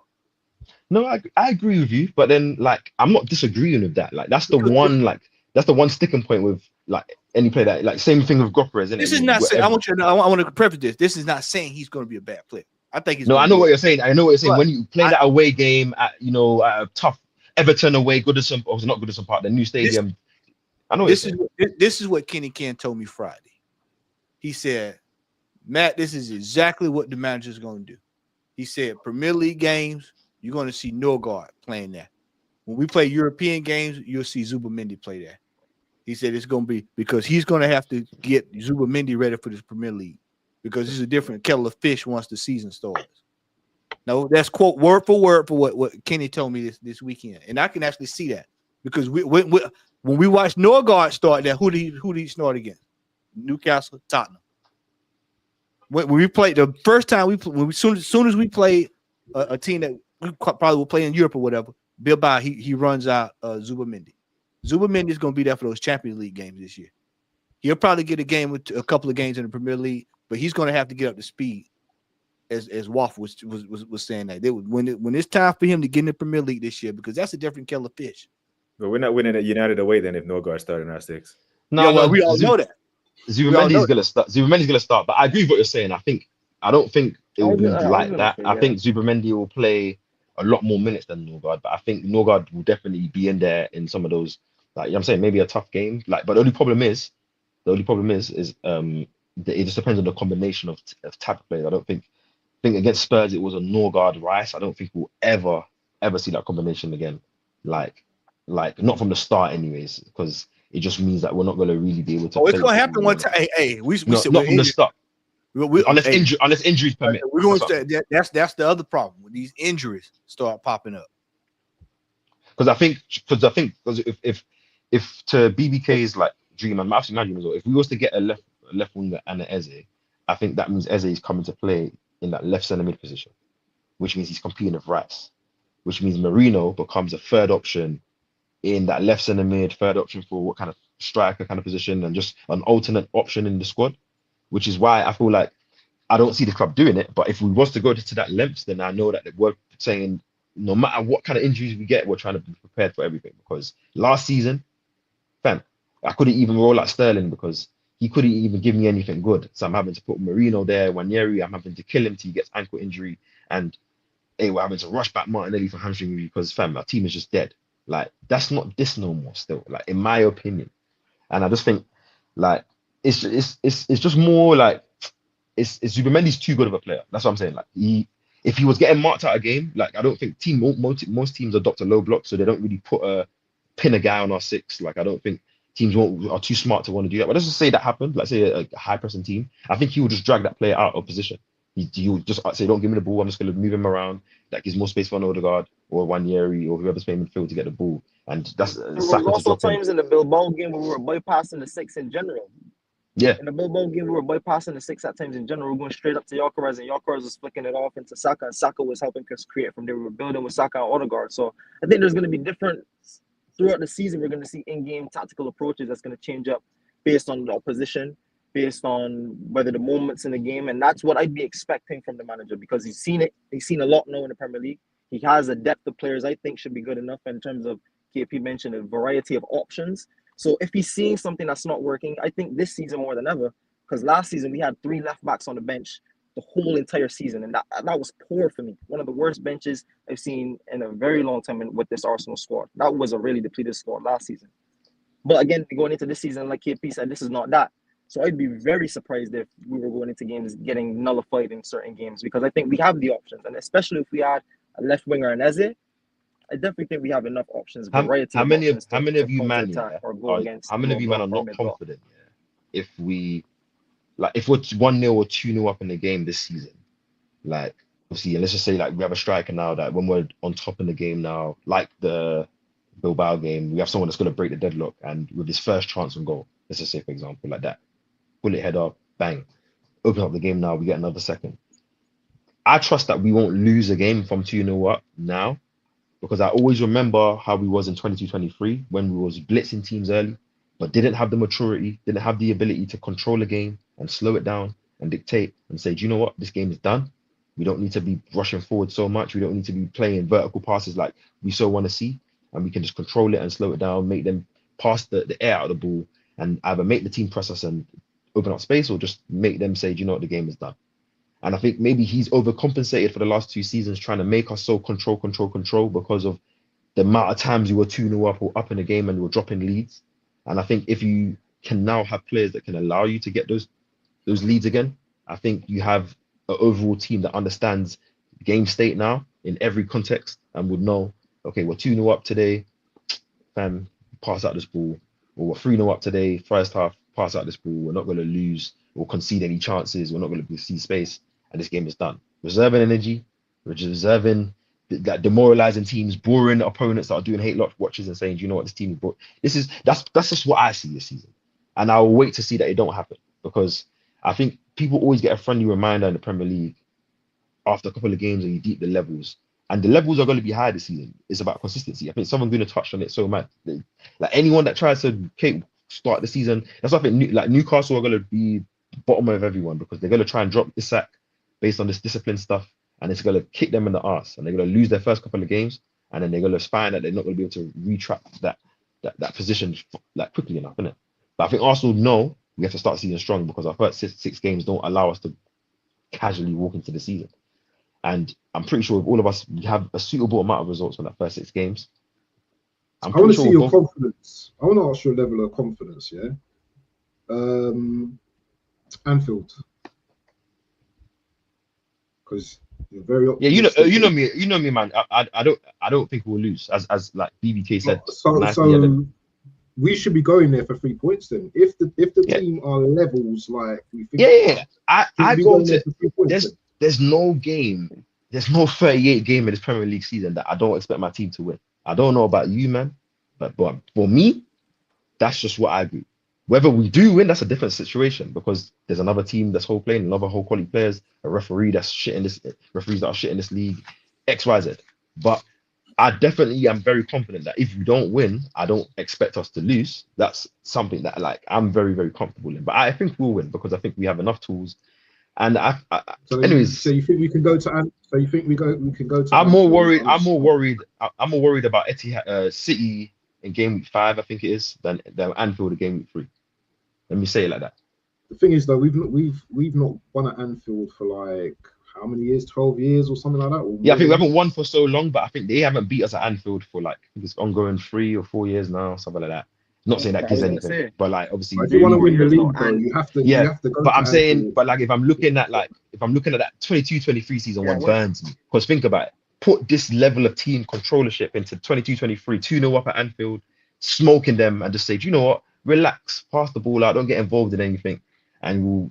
Not saying it's that simple, but I'm saying I can trust this team that with Liverpool's new right back, left back, more attacking, a lot of space in behind. If Gravenberch, I think he just had a baby, which is why he didn't play today. If obviously that situation obviously is difficult for him, trust me. Let me ask you a question though, That's what I'm quickly. worried about. And anyone could jump into this one, yeah. Um, for the last 3 seasons, yeah, we've not won the league, yeah, because I think not just based on the context of us having injuries, but I just feel that our mentality, um, the manager is really emotional, and that comes across over to the players as well.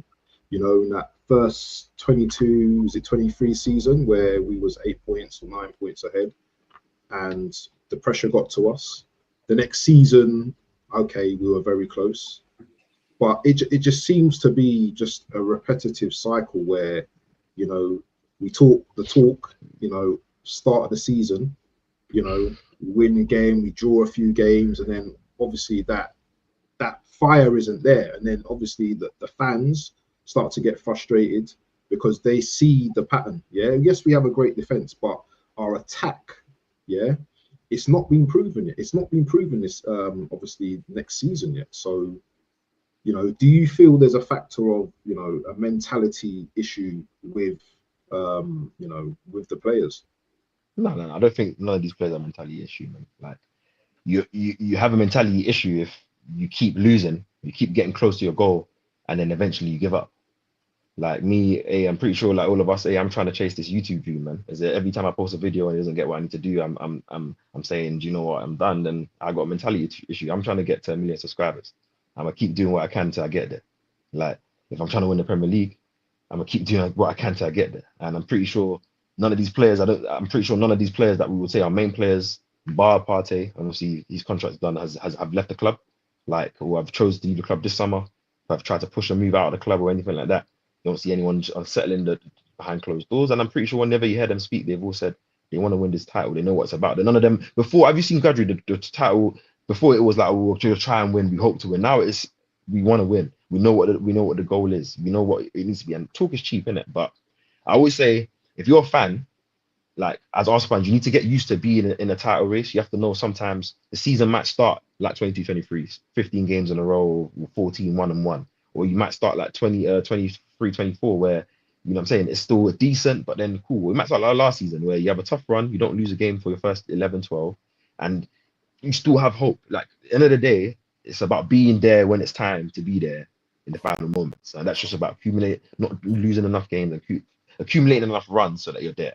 Like, I think as a fan, I'm matured enough to understand that. So unless our team loses the first 4 games in a row, then I can say alarm bells. But if we're in and about. No, like, you we're know still you're gonna winning. be here if that Yeah, ever but happens. yeah, but we're gonna be thinking about it. if people that have watched my channel, I'm a very composed guy still, and that's the reason why the whole element of poser is in my name. Like, I'm just very, very calm and very, very chill. I don't need to.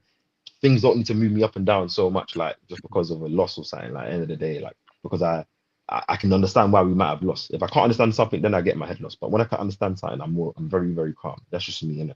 So How many years do you think Arsenal fans now, have gone or are prepared now to be trophyless again? Because if we go trophyless again, that's going to be 6 years for Arteta.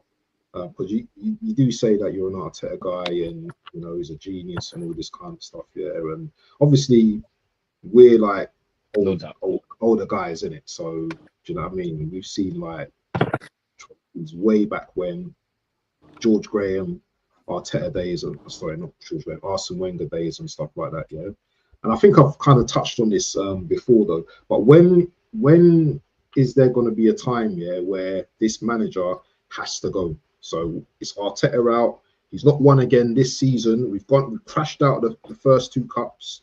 We're struggling in the league. When is it going to be a time where you're going to be starting to say, well, this manager's not it? yeah, and that's the gunner street for. That's the both of you. If we get to a stage where mid-season, I know for sure we're not getting to anything I want to do. So if you get to December and okay, you're out of the Carabao Cup because you'd have been FA Cup is the only thing you're hoping, because Champions League maybe by then you're hoping for a playoff win against someone, and in the Premier League you're 5th points off City, and that then cool. But none of those conditions I see happening by December. So that's not gonna have me happening mid-season, personally, because I believe we'll be competing on all fronts. To go back to when you're talking about being off the Premier League for 3 years and not winning it, I think leading up to those title races, if this bunch of players, or the core bunch, not all of them, some players come, players go, but the core bunch of these players, if they had won something, one of those other cups that Arteta had been bounced out of in the previous years, 3 cracks at the Europa League, nothing. The FA Cup and the EFL Cup to Nottingham Forest, to Southampton and West Ham and shit like that. I think if the core group of these players had lifted one of those trophies, the experience of actually winning some silverware would have helped them in one of these title run-ins. The fact that Arteta has failed in all of those other competitions that I just mentioned, I think hurt these players. I think if they had, so Chelsea just won the Conference League, people laugh at them always the Conference League, right? I think because they won that Conference League, gave them confidence, they touched silverware, gave them confidence going into that final against PSG. PSG was the kings of Europe. Everyone picked PSG to beat them. Every single one. In every group chat I mean, everyone was seeing 3-4. I said 1-0 Chelsea. Game was done at halftime. Chelsea blitzed them because they're that core group of players won something as a group. That's greatly underestimated. And because we've been knocked out of every competition, because he's been second 3 years in a row and being close to the Premier League, people just forget how bad he is in the cups. That's why if we're off of it by the second international break, I would want him sacked. Because it's not like we can hold on and be like, okay, at least he's going to win one of the cups. His record in the cups is shit. Shit.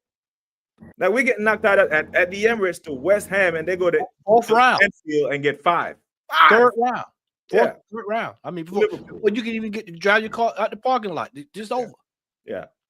So, brother, there's nothing fresh. Like Matt said, the same voice, 5-6 years in. The only thing that changed at Anfield last year was the voice from Klopp to Slot. Chiesa barely played. He played less than Ethan.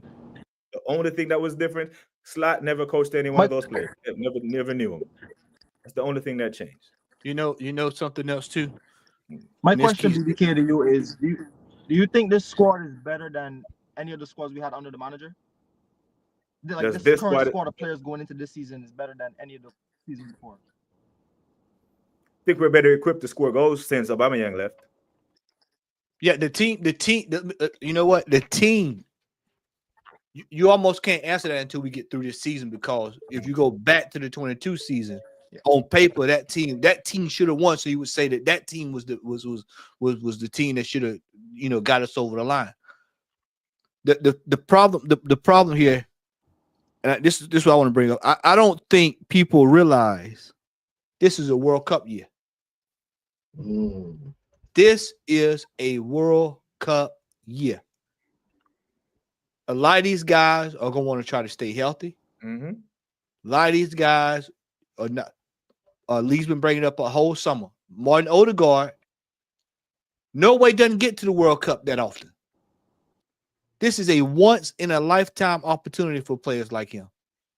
Hell, even our striker, Jokeris, Sweden, he's going to want to feature at the World Cup. A lot of these guys are, when it's time to go for a 50-50 tackle this year. And pulling out, yeah. 50-50 tackles this year is going to be more or less 30-50 for some of these players. For people like Kai Havertz. My flip side of that to that question is, what about a team like Liverpool who's won before? What about teams like City who have won before? And they're going to look at it the same way. I'll answer that question. I got you. Watch this now. Watch this. Salah's got to do double duty. Mm-hmm. He's got AFCON and he's got World Cup. I watched that game today. So my thing, they've won before. They've won the league before. Don't you think they're going to be more inclined to do the things you're talking about than Arsenal players who should be more desired to win this Premier League title after missing out year after year? This is what the other teams are doing. When you look at this kind of goes right back to transfer. Look at the players that everybody's bringing in players to where if something happens, they've got foolproof situations to where everything's covered. Insurance, yep. If we have 3 injuries, we're theoretically, if we have 3 injuries, we're right back to where we were last year. If Jokeris goes down, we're right back to Havertz. If Matt Wakey goes down, we're right back to Martinelli. If Zubamendi goes down, oh my days, you got Marino. You can say the same thing about Liverpool, though. You can say the same thing about Liverpool. This is what I'm saying. They're bringing in players. Soon as Salah leaves, Isak's still there. When he gets there. I mean, they haven't signed Isak yet. You saw him today. You saw Ekitike today. Gravenberg, he'll be there. Let's not forget. People keep going about Liverpool. If you have them Liverpool beat us with kids in the Carabao Cup. With children.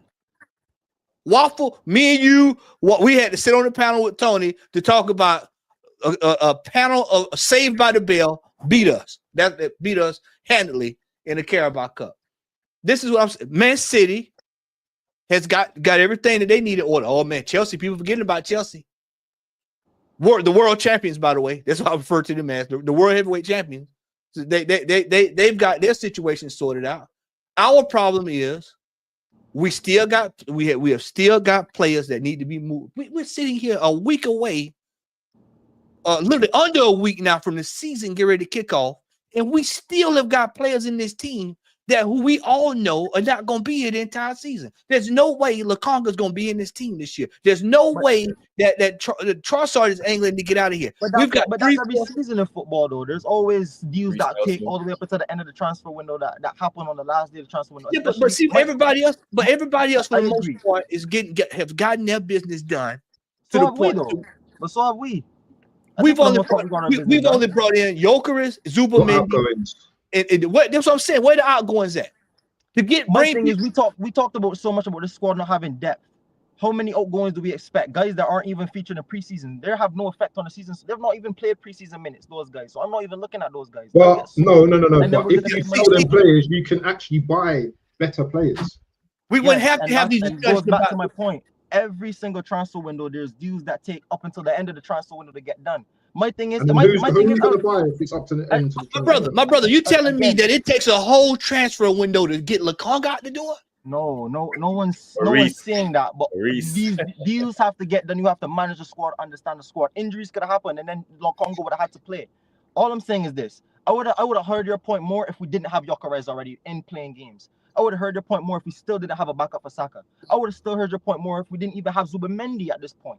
I think we've answered the main issues to this squad, and I don't know how you guys feel. No, we're talking. Noni's not playing as a backup right now. Have you noticed that? Have you noticed Noni's not played one game? Not one game. Not one game. He's not playing a backup. He's not playing as a backup. He's not right. He's playing left wing. Saka's not going to play every single minute of every single game. He played 90 minutes yesterday.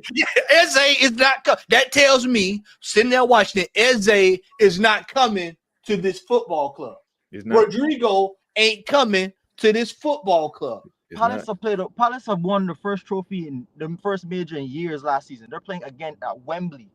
He's their captain. He would not play, even if the deal. Man, Wake left this team on the eve of the cup. I know. Never a big part of Chelsea, like he left on the press of a cup. Madueke was not the importance at Chelsea that. So why is he important for us? I didn't hear you. You see what I'm saying? The players that Chelsea will willingly send to you the day before a final, we're supposed to hang our hopes on that player.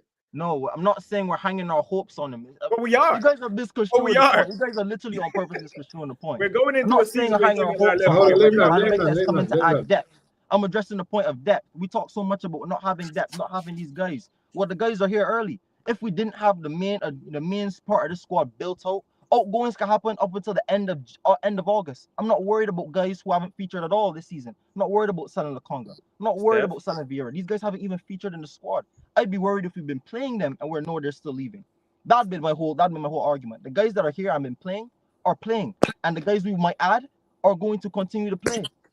So I'm not too worried. On one hand, we expect us to challenge, but then we talk about not having the depth. But I think the depth is there. That's what we've been adding and building towards. I think one or two more pieces we're gonna win. We can challenge. But again, outgoings, I'm not worried about outgoings at all. Steph, outside of right back, what spot do we have quality depth? My problem is not the depth; it's the quality depth. So, for example, right today, two-thirds of Liverpool's starting midfield didn't start today. McAllister, quality, didn't start. He's on the bench. Gravenberch didn't play today, right? And they still was able to start a quality midfield. You don't think we have depth in midfield? No. If you're telling me Mikel Merino, Declan Rice still playing on a broke toe. He's still playing on a broke toe. Nobody brings that up. Broke toe. He's still on a busted toe. Then you're gonna KP said, well, we're not gonna see those two in midfield. Bro, you're gonna see those two in midfield. There was times folks didn't think you'd see Jorginho and Declan Rice in the midfield. Bro, I'm telling y'all, we are 2-3 injuries away from certain positions. But I swear Liverpool didn't win the game today, did they? They didn't win the game today. Got the cherry shoe. Yeah, I'm saying with their changed midfield, they didn't win their game today. So why are we glazing them when they didn't win the game? Listen, I'm talking about the quality of their depth. Gravenberch and McAllister. Yeah, but I'm saying the quality of their depth didn't enable them to win the game. So they were still able to go ahead in the game twice, is what I'm saying. Yeah, but then they didn't win. If we don't start our quality midfield, we're not scoring 2 goals on anybody. We couldn't score 1 goal against Tottenham. But that's very contradictory if you're making an example of a game where they clearly didn't win the game, both in 90 minutes and on penalties. That's just a recent example. Okay, let's do it because I got plenty of examples. Let's look. Man City. I see Man City going into a title run in towards the back end of the season away at Everton and was able to bring Kevin De Bruyne off the bench. They started Gundogan, Rodri, Bernardo Silva. That's quality depth. We can't do that earlier in the season, let alone late when it matters. There's no talk about depth. There's no quality depth in this team, my brother. Outside of right back. But that's your opinion. That's not fact. Because in my opinion, there's not a huge drop off in it. But that's also my opinion. It's not fact. There's not a huge drop off. There's not one player. There's not one position in this team that there's a huge drop off between first and second player, apart from Saliba and Saka. But the difference is, so you telling me if we play Man United next week. And Gyökeres get some meniscus tear, and we got to ride with Kai Havertz. Yeah, I'm very confident. Like I personally said, Kai Havertz will start the season. Personally, I probably feel like he might still start that game. Because you think he's going to start? Yeah, but that's what I said. It's my opinion. It's not a fact, and neither is your opinion a fact. But I don't believe you can believe your opinion is a fact. You know what I mean? That's what I'm saying. Because if Havertz, okay, for example, if Havertz plays next week, if Havertz plays next week and scores 2 goals like he scored yesterday, you're not going to come on here and say, do you know what? I need to see him again next week, do it at Leeds. You're gonna come here and say, "Oh my God, well done, Havertz." And if he flops his lines every single time, Yeah. you're not gonna come here and say, "Oh, No, well." no, but I'm saying like I won't come on the chat on this pod and be like, "Oh my days, you said we didn't have quality in depth," because I know that we have quality in depth. 5 years of Havertz. 5. I'm not. This is not a knee-jerk reaction to Havertz. I've seen 5 years of him. Yeah, but then what you guys are saying is that like if Gokeres is not injured, then we're gonna lose the game because Havertz gonna be up front. The same way you're saying that, I don't think that's a bit disingenuous to our players still, and that's just you guys with your opinions. The fact that Gokeres is here is proof that Havertz ain't it. Yeah, but then if that's the case, but then that's your opinion. Thinking Havertz is not going to start any more games. That's fact. That's fact. Not facts. They would have not went out and bought. They would have not went out and cut a check to bring Victor Gyökeres to this football club if they didn't think he could do a job better. Okay, let me ask you a question then. If that's what your opinion is, okay, cool. For the second half of last season, he was playing striker for majority of our games. You played striker in the most important games of our season last season. Just a quick answer question. Marino, right? Marino, right? No, wait. But this is what. Hold on, KP. There was nobody when we signed Mikel Marino that came out and said that this was. I know. But nobody. That's not the point I'm making. I'm saying the reason Marino played strike is because Havertz was injured, and the player that was the second striker was Jesus, who was also injured. So I'm not saying Gokeres has been bought solely off the basis of being back up to Havertz. I'm saying you build a squad so you have depth, so that way you don't have to rely on an individual player to burn them out. Like I said before, that's what it's about. 20 goals last season, we do not sign Gyökeres. I would still want a striker because if you sell Jesus, Gyökeres, I use this name for a reason. Gyökeres, we could have went and signed. Yeah, but I never. No, but hold on. We went. There's a reason why we didn't go. Why didn't we go look for a left-sided centre back? Because Gabriel is it. We didn't go look for a right-sided centre back. No. We got two left centre backs in the team, Kivio and Calafiori, though. We didn't go look for a right-sided centre back because Saliba is it. We went and looked for a striker because damn Havertz isn't it, because we've seen it. So why did we sign Mosquera then? Let me ask you a question then. Since that's your depth. That's depth. He's there to back up Saliba. Gyökeres isn't there to back up Havertz. Saliba might be leaving this. I've heard rumors. No, wait. So if your opinion, so you know exactly what signings are depth and exactly what signings are upgrades, yeah? Gyökeres is, Okay. It's like he's the starter wherever he goes. He's not depth for anyone. Any club that Isak goes to, he's a starter. So then, in you guys' argument, then again, how do you buy a player that's a world-class player to play behind a world-class player? Tell me what. Who's the world-class player that we're buying to replace? No, I'm saying for example, how do you buy a world-class right centre back to play behind world-class Saliba? How do you buy a world-class winger to play behind Saka? You tell me how you negotiate that deal. What are you talking about? I said the reason why we weren't looking for a right side centre back is because we have one. The reason because we didn't have a striker. Okay, but we bought Madueke, we bought Gokeres, and we bought Mosquera. If there's a game next week where all of them are on the bench, I'm not saying that means that they're all depth or not the starter, but what I'm telling you is it's not just that linear, because one could argue Havertz costs more than Gokeres. Havertz earns more than Gokeres, right? Is that correct to say? So if we're going based on that basis, then who's just that's not what we're doing here. What you want, end of the day, you can look at football and you can make your opinions. You can formulate your opinions, based on how you feel, innit?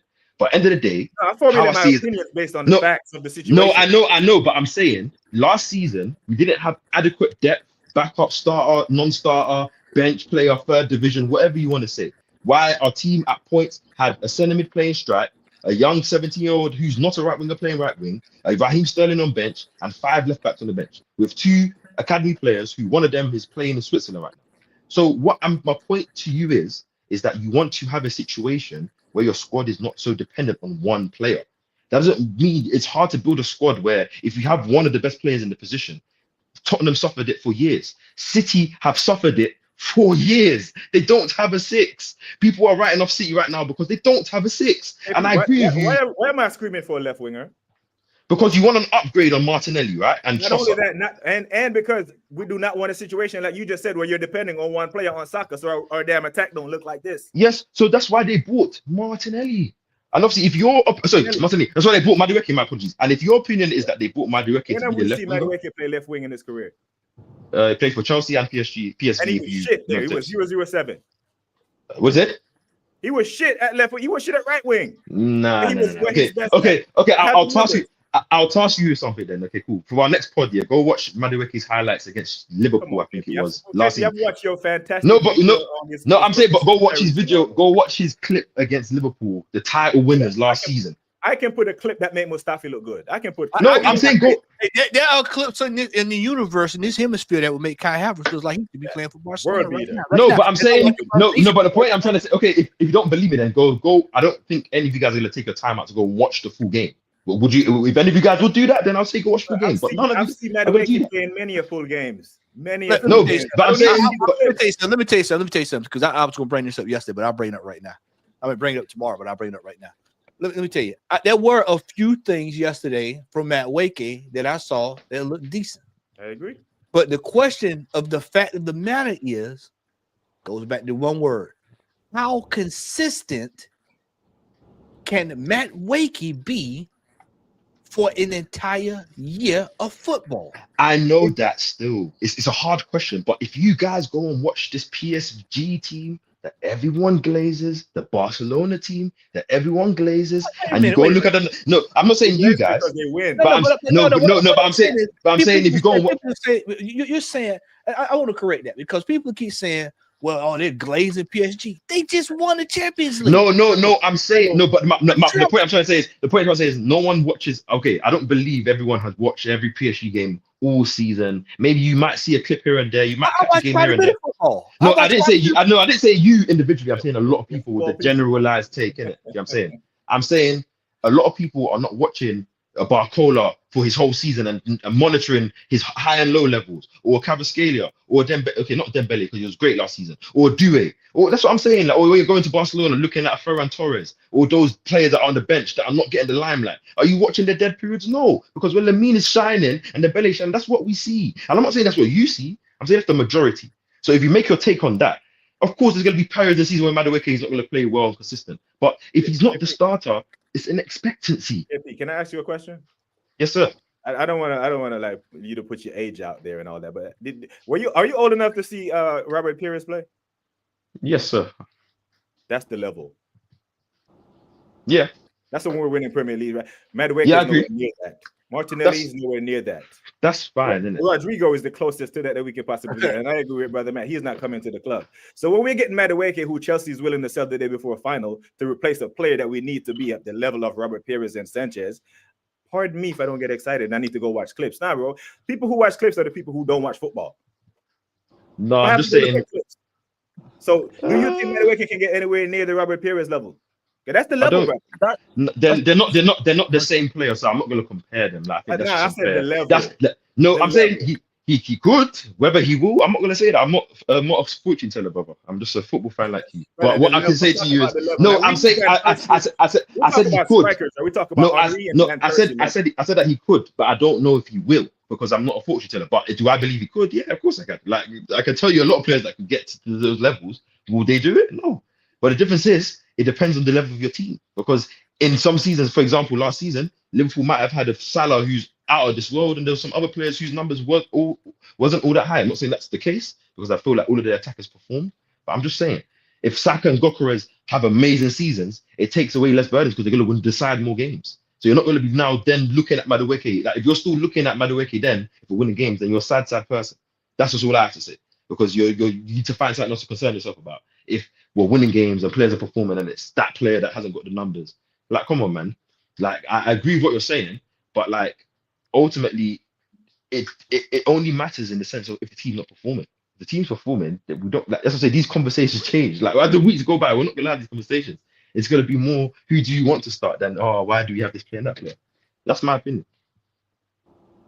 No, man. I think for me that play, I think what we're doing here, I think we are playing a dangerous game here going into the season, and still it goes back to what Waffle was saying earlier. We still have got players that need to be moved on so that we can bring in better players. We're talking about people that keep talking about bringing in Eze to play left wing. He is not a left wing player. And I keep on saying this as well. He's not a left winger. He's not a left winger. Guess what that is? That's the same. We're back doing to the same thing where we're moving players around, trying to fit them in a position where they're not comfortable. Instead of going out buying a left wing player that can play the position. Look at Saturday. Look at Lookman, Liao. These are all players that's a specialize in playing in what position on the left. It's just that simple. No, I agree. And instead, we are sitting here. We still got Martinelli. Should have been sold. You got Kivior turning down $24 million for him, rejecting deals. I think the difficulty selling. I think 24 million is enough for Kivior. But geez, that's the problem though, because when you're looking at other, you know what? I'm gonna answer the question. I'm gonna answer that in this way right here. Why is it that everybody else can move players? You know, they move players for complete top dollar, and then we get a player that we pay. What did we pay for Kivior? Can anybody tell me what we paid for Kivior? Was it 30? 20-something, 30. Yeah, 27. You're basically breaking even. Get the player on out the door and bring in, take the money and get the player that you need to get instead of trying to haggle. And we're a week away. We're a week away. We haggle. But if you don't, let me just use your example. If you don't haggle and get the money you want, how are we going to afford a layout? How are we going to afford the Rodrigo that you so desperately want on the left wing? Lukonga can go. Liao can go. Martinelli can go. If for your point, if you're selling them on the cheap, you're not going to recoup the money we need. We're not going to recoup the money that we're not going to recoup a lot of money on these players because of how jacked up everything was with Edu and Arteta, you know, with these wages. So a lot of that's going to be there, be a part of the problem anyway. You're going to have to eat some of this. And this goes back to what I don't think we talked about this last season, gentlemen, is where I don't think people understand how jacked up it was on some of these deals that when we brought in some of these players on these wild astronomical wages. So you're going to have to take a loss somewhere. Yeah, but I feel like we've not done that. Like, you're gonna have to take losses, but I don't think we went through that period where we were cutting free contracts or just cutting guys' contracts every so often. It was like we were the contract club. We were just cutting guys and letting them go, paying them off and stuff, innit? I think the problem is obviously I don't know what Kivior's wages. I don't think Kivior's wages is crazy, but you might have a market value for a guy. If people are not paying that or the teams aren't trying to pay, then you don't sell. That's what good teams do. Like, the problem with Arsenal, we've historically been a bad selling club. So I think that reputation follows you unless you constantly change it. If you don't change it, like if you've never been a club that spends money, no one's going to expect to spend money. You don't be a club that sells well. Clubs all of a sudden, like if you put 40 million for Kivior, people are going to be like, let's wait a minute. It might take 25. But if it's someone like Chelsea or Liverpool or City, whoever's been a good selling club, they just do business swiftly. Like, that's been our one Achilles heel for years, and it's killed us because a player like Martinelli now, maybe if you're like, for example, like we all know, if you're looking at the going rate for some players, I personally would want 60 to 70 million for Martinelli. If I'm seeing other players going for 50 million, 40 million that haven't achieved nowhere near and are still in and around the same age as him. But the problem is, given his last 2 seasons, you can't sell him for that bread, and given Arsenal's reputation, so you've got to hope that he either performs again in a way that allows you this season to allow you to sell him next season with a bit more profit. So you hope it's a gamble, isn't it? That's a gamble. Same thing with Kivior. Kivior's one is more on his own because he knows he's not going to get the minutes. If Gabriel's fit, if Calafiori's fit, maybe even Mascara. Say that last part. Hold on, KP. Go back 2 steps. Say that last part again. You said Kivior's not going to do what?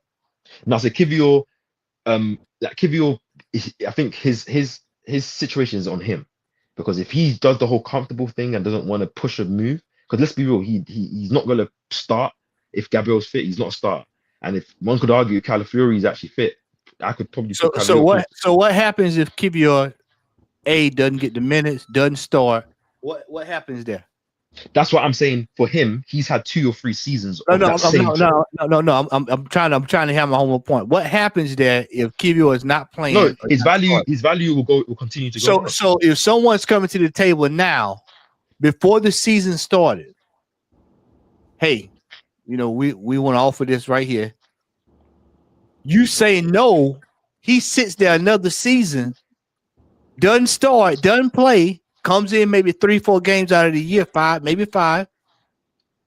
What happens next summer when it's time to sell that player? No, I agree. The value's even gone down. But then that's why I said football is a difficult situation because Kivior himself has to want to go. If whatever team came and offered him the money or he don't want to go, he's not gonna go. Arsenal can do whatever they want. Like it's the same thing. Do you think there hasn't been offers for Vieiras and Nelsons and the Congas all this summer? You think their agents haven't been trying to fish them out? This is where management is going to have to go to the players and say, "Hey, man, look, You're not part of the plans, right? Bingo, you're not part." But this is the first time Arsenal have actually signed players before. Fam, last season we were hearing all this, oh, we need to one in, one out nonsense that we was hearing. And the year before of this whole, we need to let some go before we need to create a sell. This is the first year I haven't seen us hearing that now. And we still hear it, but this is the first time I've actually seen us spend 200+ million without a sale.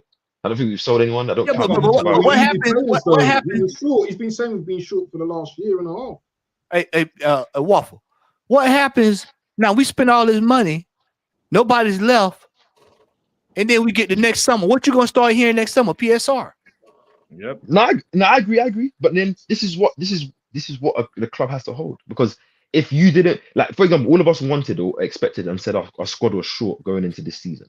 So even if we had sold all of these guys that aren't really going to play and we bringing everyone in, we're just kind of basically doing one in, one out, which means if the numbers get to a stage or injury level gets to a stage where it was like last season, we're essentially in the same situation, innit?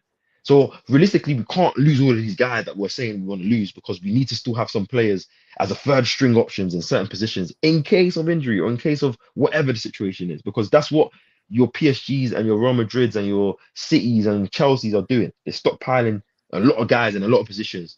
But the problem with Arsenal is that players, by the way. Yeah, but some of the players look like, okay, cool.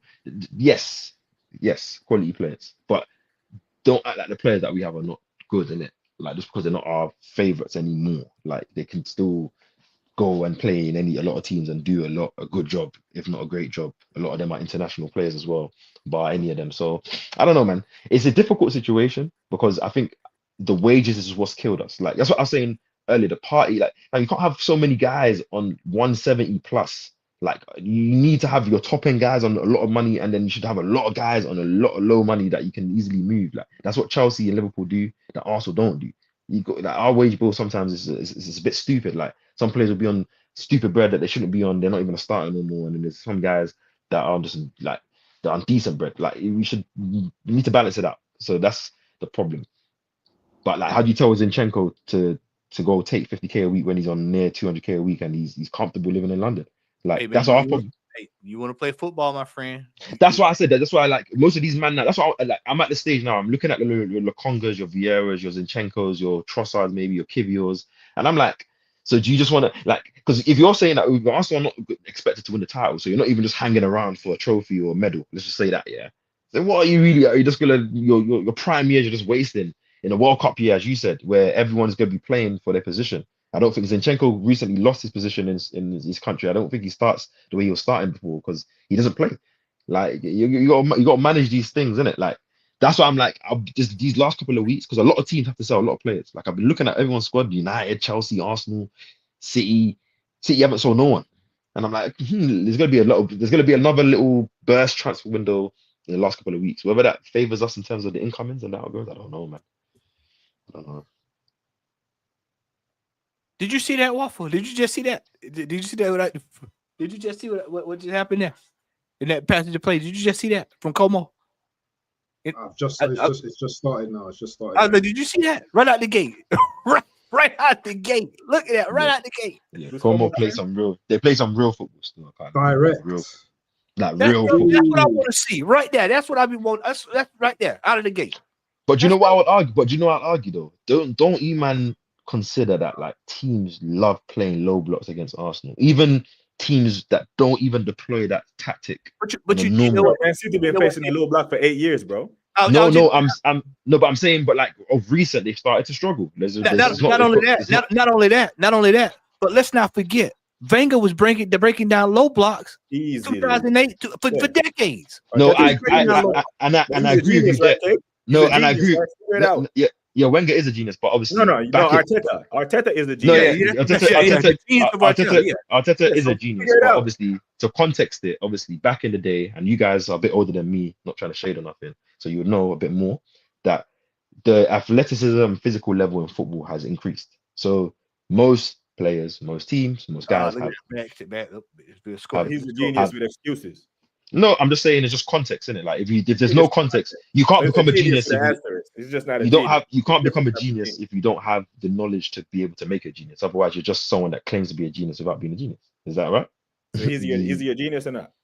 I just said he's a genius, but I said Yeah, so he can there's figure out a way to break down his Yeah, own but- block with his genius brain. but like but you also said that we haven't lost that many games in the last season, so I don't think low block is the reason why we lose games. I think obviously now employing a striker. You know what I'm saying? But that's what I'm saying. Like for you guys, it's a simple answer. That means if Arteta does what he needs to do, then he becomes a genius and he fills in, and then you guys are gonna come over to my side, and I have to then fill you in for the years of lack of genius It's rating. Oliver that you No have. sides, man. It's just one side, and that's the No, winning I side. know, but I'm saying no, but the point I'm trying. KP, Yeah, go on, BBK. is Oliver Glasner a genius? Yeah, I would like to believe so. It's Arne Slot a genius. Yeah, I believe so. He is. What's the difference between them and Arteta? One's the manager of Crystal Palace, one is the manager of Liverpool. I Ah, think it's the difference. You answered the question. I gave you the answer. What about Conte? Is Conte a genius? Yes, he's a genius.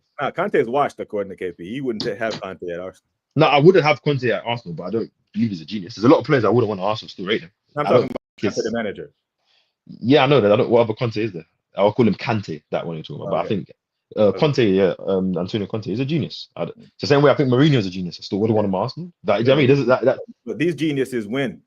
No, no, but I wouldn't want Mourinho at Arsenal. Doesn't mean that I don't believe he's not a genius. It's not mutually exclusive. You know what I mean? I would trade the genius for the winner. So That's fair enough, isn't it? But like, I'm just saying that's just what I believe. But I'm saying if he is that good and he's this much of a genius and he's that, then the low block argument doesn't run because Pep's been placing the low block hell of a lot. Yeah, longer. but then you've watched when but then you've watched when we've watched Man City for the last couple of years not open up low blocks. And maybe again they've employed a couple of players. No. I've watched Man City open up the low blocks. That's why they won 4 Premier League titles in a row. So how many times did they open up low blocks last season when they played them?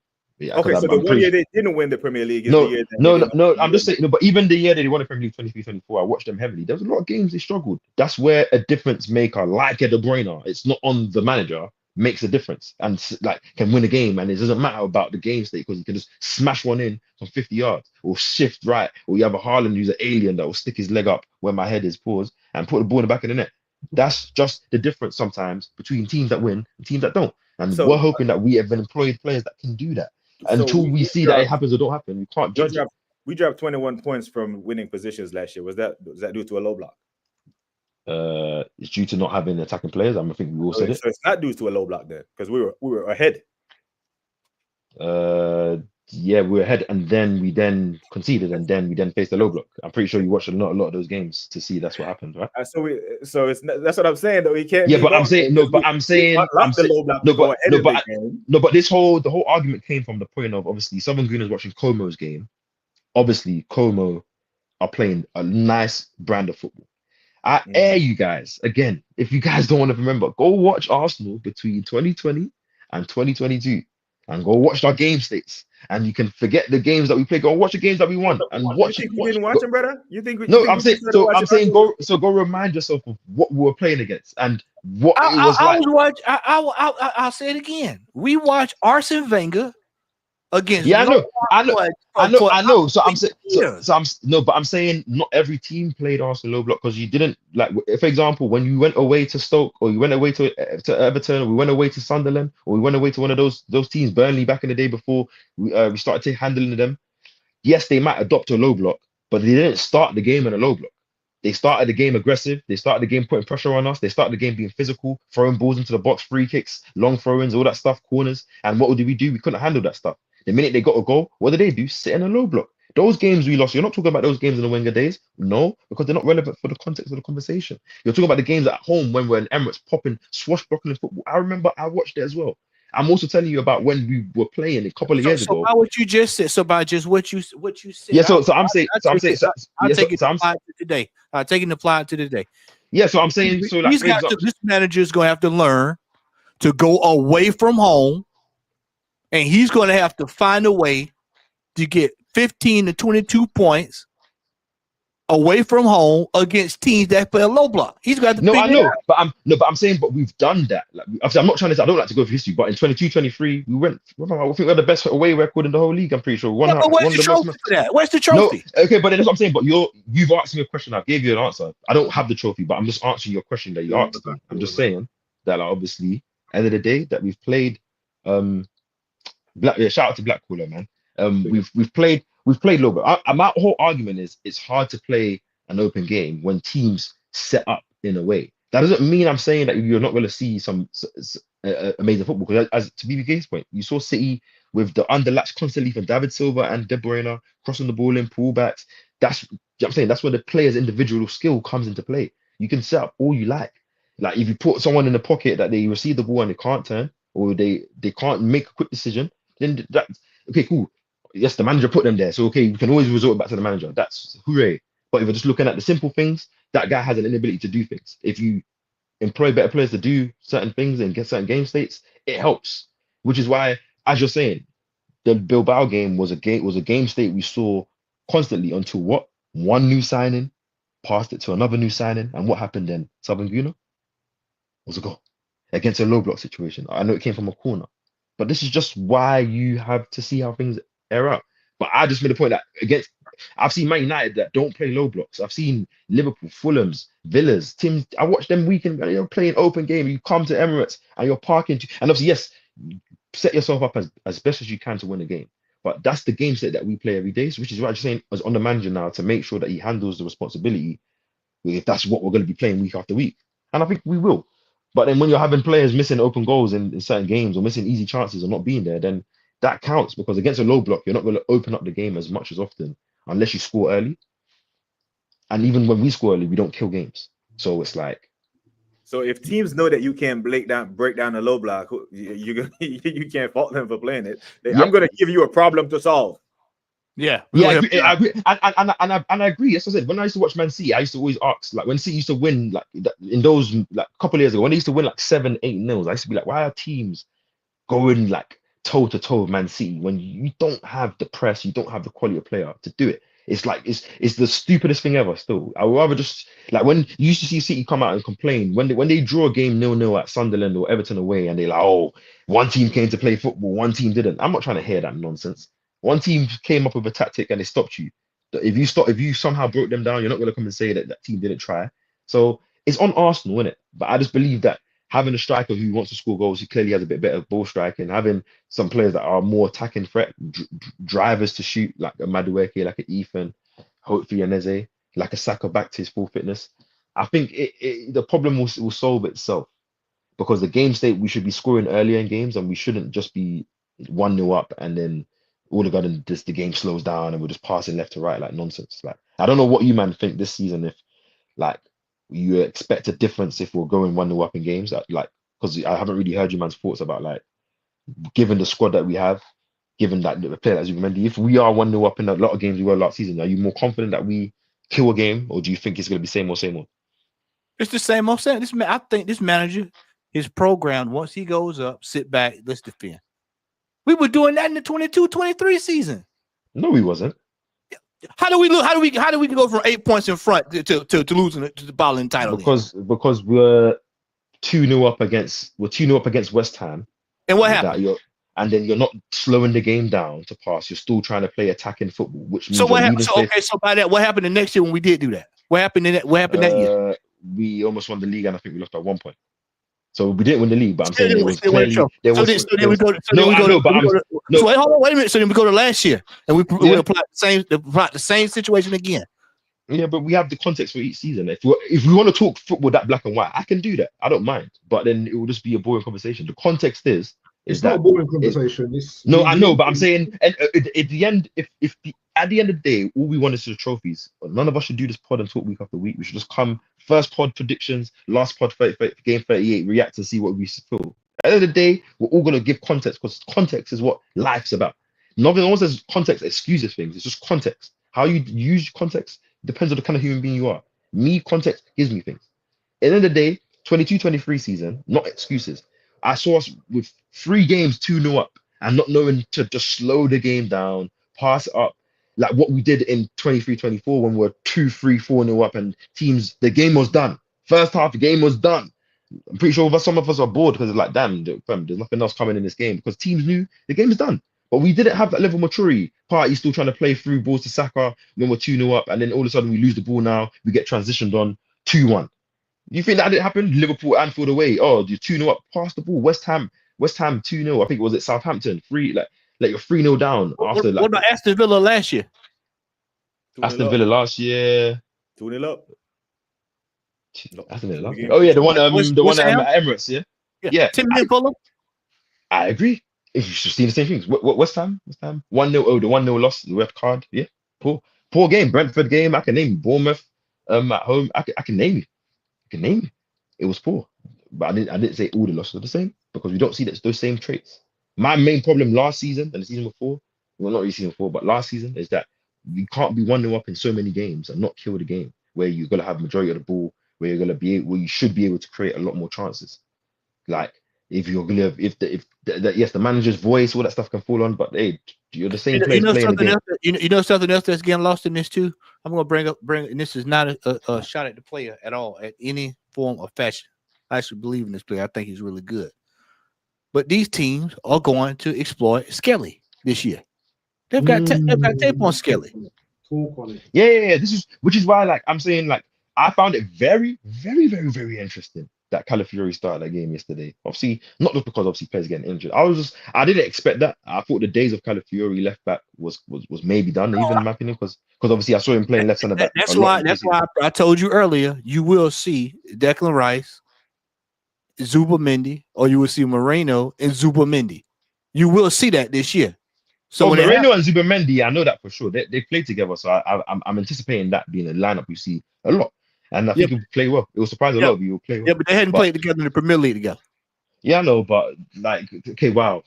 I'm not disrespecting Premier League, but like, I've played football with friends, like, and I'm not translating it. I've played football with certain guys. Maybe the guys even watching right now told me he was. We've played both 5-a-side, we've played 7-a-side, we've played Saturday League, we've played semi-pro football, we've played Sunday League. We've gone everywhere together. One thing that's consistent, if I know how someone plays and they know how I play, trust me, that translates no matter what level of football you go to. And I will die on that hill, personally, because chemistry goes a long way when you know someone's style, how they like to receive the ball. If you trust them, and if you have a relationship. Maybe that might matter to you, but that matters to me. Yes, they haven't played in the Premier League, but they've played football at international level, World Cup, Euros. Pretty sure those are high levels as well. But fair enough. I just think I just think we play well. I'm just. It's interesting because I want to see, for me, the most advancement I want to see from the team is like in the game where you can kill.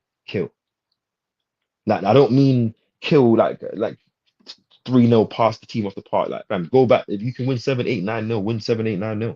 Like, put teams on notice. Like, because yes, people that watch football would love those 3-0s or 2-0s that you had 80% possession, you didn't do anything. But like, teams are good, like, come to the Emirates or come to face Arsenal knowing that you just off the back of a 6-0, 5-0, like the 23-24 season when we were putting teams to bed.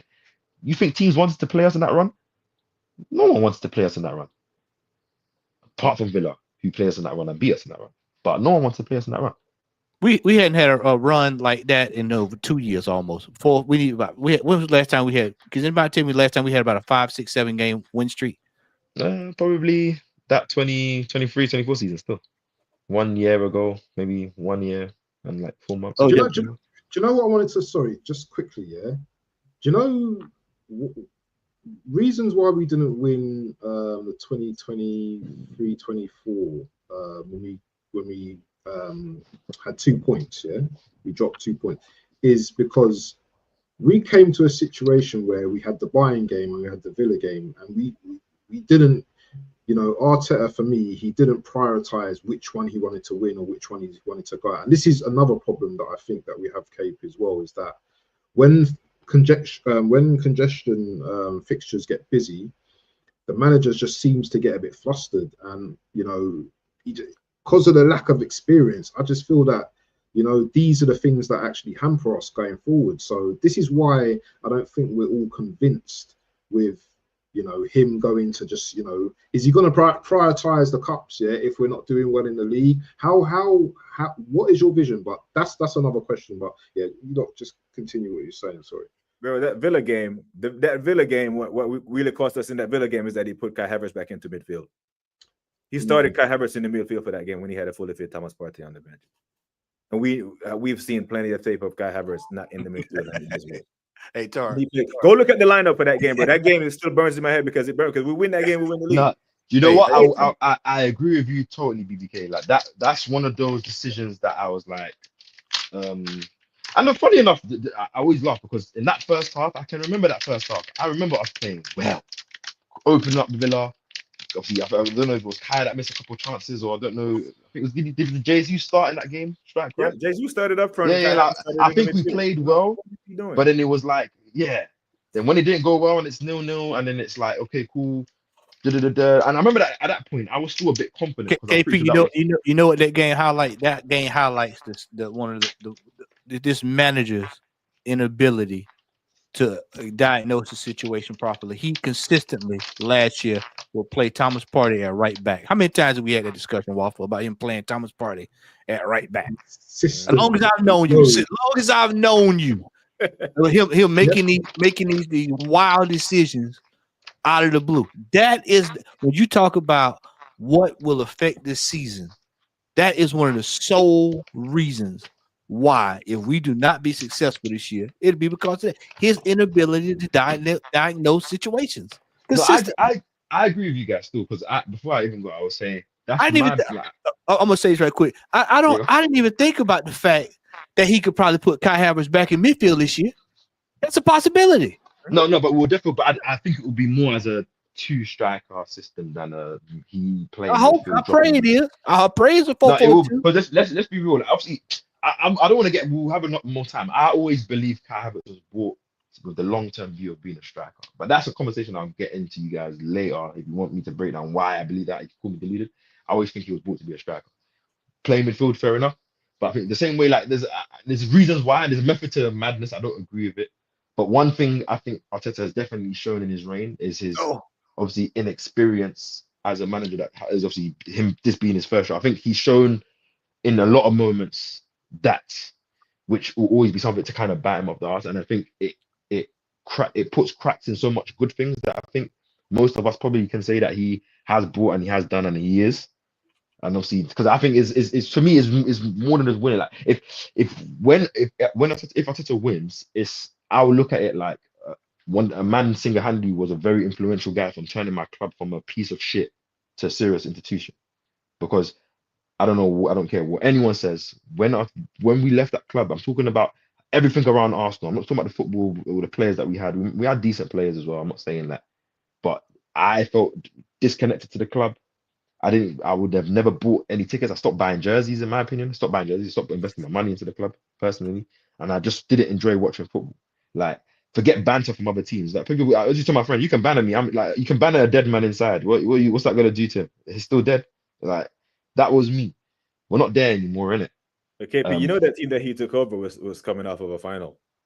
No, but then we'll never compete for a league, innit? And, so what makes him think? What makes him think that he can turn a failed striker at Chelsea into a long-term future striker? Yeah, but then that's if that's what he wants to do, then that's what he will do. Geniuses think a lot of things. Like, doesn't mean that they're always gonna get every experiment and theory right. You're gonna die on this genius here, Hey, bro, bro. This year I could have died twice too, and I'm still standing. Oh, so I'm pretty sure there's a lot more things that. If he is a genius, what is Pep? A visionary, a sage? Yeah, Pep is like the same table. Pep is like Magneto, bro. Like, yeah, or Professor Xavier on that. But we've all known that. Like, Pep is an addict. This is why I like to Southern Gooner's point, and obviously I'm hit your channel up as well right after this. Is people writing off City are those idiots because you have to always look at a big club like City are still could be argued one of the best club in the country. Like, obviously I don't have a fear of Liverpool the way everyone has. Like, I don't know why. Like, and I know my reasons why. Again, I respect them, but I don't have a fear like all my days. Like, do you know what I mean? I don't think, and I'm assuming as well projecting. I don't think Salah's gonna have the level of season he had last season. I think that was push one out of you. You'll still play at a high level, but I don't think you'll play to that level. And I think they're not gonna have the injury luck that they had like we had in 23-24. Like I think it might like just those two things naturally will level things out. City, I think, is the lack of eyes on them is going to make them play well. I think that's the problem that I have because they have, as I said, Cherky and Reinders. My goodness me, players, real footballers, and that's on top of the guys they already have in it. But no, I agree like, with you when you say that Liverpool, like Mo Salah's still not gonna do Mo Salah things what he did last year. But Liverpool as an organization also recognized that. That's why they got rid of Diaz and got Ekitike. yeah, I agree. You know what I'm saying? And he played amazing today. I'm just looking. I always look at Liverpool and I'm like, if we're highlighting at Arsenal, yeah, if Arsenal fans want like a winger and a Eze, and that's what gives us enough confidence to say with chest that we're going to win this league this year or we're going to play better football, yeah, I'm pretty sure outside of Liverpool being the favourites and outside of City being, out in the last 10 years, the most dominant team in the league, like if you're looking at squad for squad, weakness for weakness, Liverpool have more weaknesses than Arsenal do. See, wait, and so that's do the thing, though. That's the thing when you say, because when we make the argument that on the Arsenal side, you know what you said football is not that linear. But when it's Liverpool, it is, because it seems that you're leaning on the side of things aren't going to go as well and rosy for Liverpool, but it will for us. Like, we're not going to get injuries. No, I believe we can. Salah's going to drop his level, but this player won't. No, but do you know why I say Salah's going to drop his level? Because and it's not just because what I've been watching preseason. Like, obviously, preseason. It's just I just know an older player playing in this last contract year. I know what that is like. You're not going to attack it the same way. I didn't say you're going to play and you're going to be shit. You're just not going to be. You know something else that's getting lost in this too. Zubomendi this is going to be the first time he's not going to have a winter break, because normally in La Liga, in Spain you get that winter break. Yeah. Still. I swear we started doing that though in the Premier League on little like 2 week. Not this year. That was only last year. Not this year, because they got not this the year. World Cup. Yeah. You're right. You're right. They have to speed so he's not getting a break. So which is why after we got to hope BBK's favorite player Norgard steps in when he steps in and does his things too. I got a bridge sitting in my driveway if you want to come pick it up. But like, I agree with not everything is linear with all the clubs, but I think like there's a lot more weaknesses in the teams that I think everyone's rating over Arsenal that I think over the season can show itself the same way our weaknesses can show itself, which is why like I think everyone is almost balanced. Like what someone like that's what I'm looking at. Like City also have the weaknesses that got exposed last season. They haven't employed any other new defenders in there apart from Ait Nouri at left back, if I'm correct. They haven't bought so City had a blunder of a season. Like, they won more games than us. So I won't be surprised. I won't be surprised. Right. So in their worst year ever, they still mustered up more wins than us. Yeah, but that's still one of the best teams of one of the best, probably the best Premier League team of all time. Like, why would I like if they're level in this? And obviously they had a lot of injuries, but they had a main injury to their main player that they should have found a replacement or adequate competition for years ago. But it's hard to do that, and they had a couple of injuries around. De Bruyne has always been a guy that since that hamstring injury in the Champions League final, you already knew that his time was going down. Like everyone could see that. He knew that. Pep knew that. But their level did like obviously at periods during the season, they were losing multiple games, going through their first bad run in a long time. But if you're that good, your fall shouldn't be that. Yeah, if you're at the top, you shouldn't be falling all the way to the bottom like that. That shows that your house the foundation wasn't that set. If you should just break so quickly, like. I hear it, people, man. Is he still here? What's happened? Still there, Cape? I think he might have dropped. I think his connection might have dropped. Listen, people, man. Do you know what? This was supposed to be an hour stream, man. It's never an hour stream, my brother. Do you know what? We just everything's just getting put in the line. Maybe next week against Man United. See, for me, next week against Man United, is pivotal, because you start the season off, as a means, because finishing off last season, I'm sure the whole fan base or most of the fan base were fully deflated. We wanted a good transfer window, and still there's questions about this transfer window. So if you're confident, if the manager's confident and he's got his players and he feels, but he has been saying that we're still short, and I'm not liking what he's saying. if we go into the game against Man United and we struggle to beat them, because I'm not accepting a draw. I'm not accepting we just must not lose. I want 3 points next week. Yeah. Yep. There's no if, buts, maybes, Tesco's, Sainsbury's, Lidl. I don't want to hear none of that. I just want to know 3 points come Sunday. I'm celebrating with my boys. Yeah. We have a good time. You have a good time. Everybody be laughing next weekend. Yeah, exactly. That's what I want to be going into. I don't want to hear no excuses. And that was the title for this actual stream today. No excuses this season. And people, Matty's got a big show at 11 a.m. UK time tomorrow. Make sure you guys are locked into that, because I will be at work, but I will be listening to that show intently. Yeah, we're gonna have a discussion about is this team prepared for this season, which you got somewhat of a sample of it tonight. But we're gonna have a discussion about this, because yesterday's performance was much better than what we saw against Newcastle and Tottenham, but there are still questions in this football club. One being the analysis of this manager, because as Brother Waffle just stated, next week, the week after, and the week after that, all have to be wins. There's no draws. I'm going to paint this picture for you before we shut it down. If we found ourselves 14 points behind Liverpool last year, and it was basically a 2-horse race, what happens when there's about 5 teams involved this time? Mm-hmm. 6 to 9 points. You're out of here. You're going home. Your 6 to 9 points drop this year. You're going to be looking on the outside, looking in. So there's no room for error this year. And we can come on here. We can talk about, this is that. I'm thrilled we got Gyökeres. I think Gyökeres going to make the difference in a few games here, where you add a few points that we probably would have dropped here, or goals rather. Not can't necessarily say points, because that's a team effort. Mm-hmm. This manager has to get the points, has to bring home the bacon. But we still have problems. Martin Odegaard, Kai Havertz, Martinelli. Questioning him more and more every time I see him. Martinelli, can Skelly get it together? Because they're going to be targeting him this year. Hey, Calafiori, can he stay healthy? Nobody brings up his health issues. I'm gonna start calling him. Hey, we Lakers fans, we talk about Anthony Davis. I'm gonna start calling I'm start calling Calafiori street clothes, because every time I see him, he in street clothes. Raya, Waffle. Nobody's bringing. Don't get me started about Raya. We're gonna have another hell. We're gonna have to be here for 2 hours. Yeah, this is what I'm saying. There's questions here. So tomorrow is at noon. Tomorrow at noon UK time. Yeah, we're gonna be discussing this season, and we're gonna also be discussing what's wrong with this fan base to think that Mikel Arteta, in his current form, is a better manager than Arsene Wenger. He's a genius.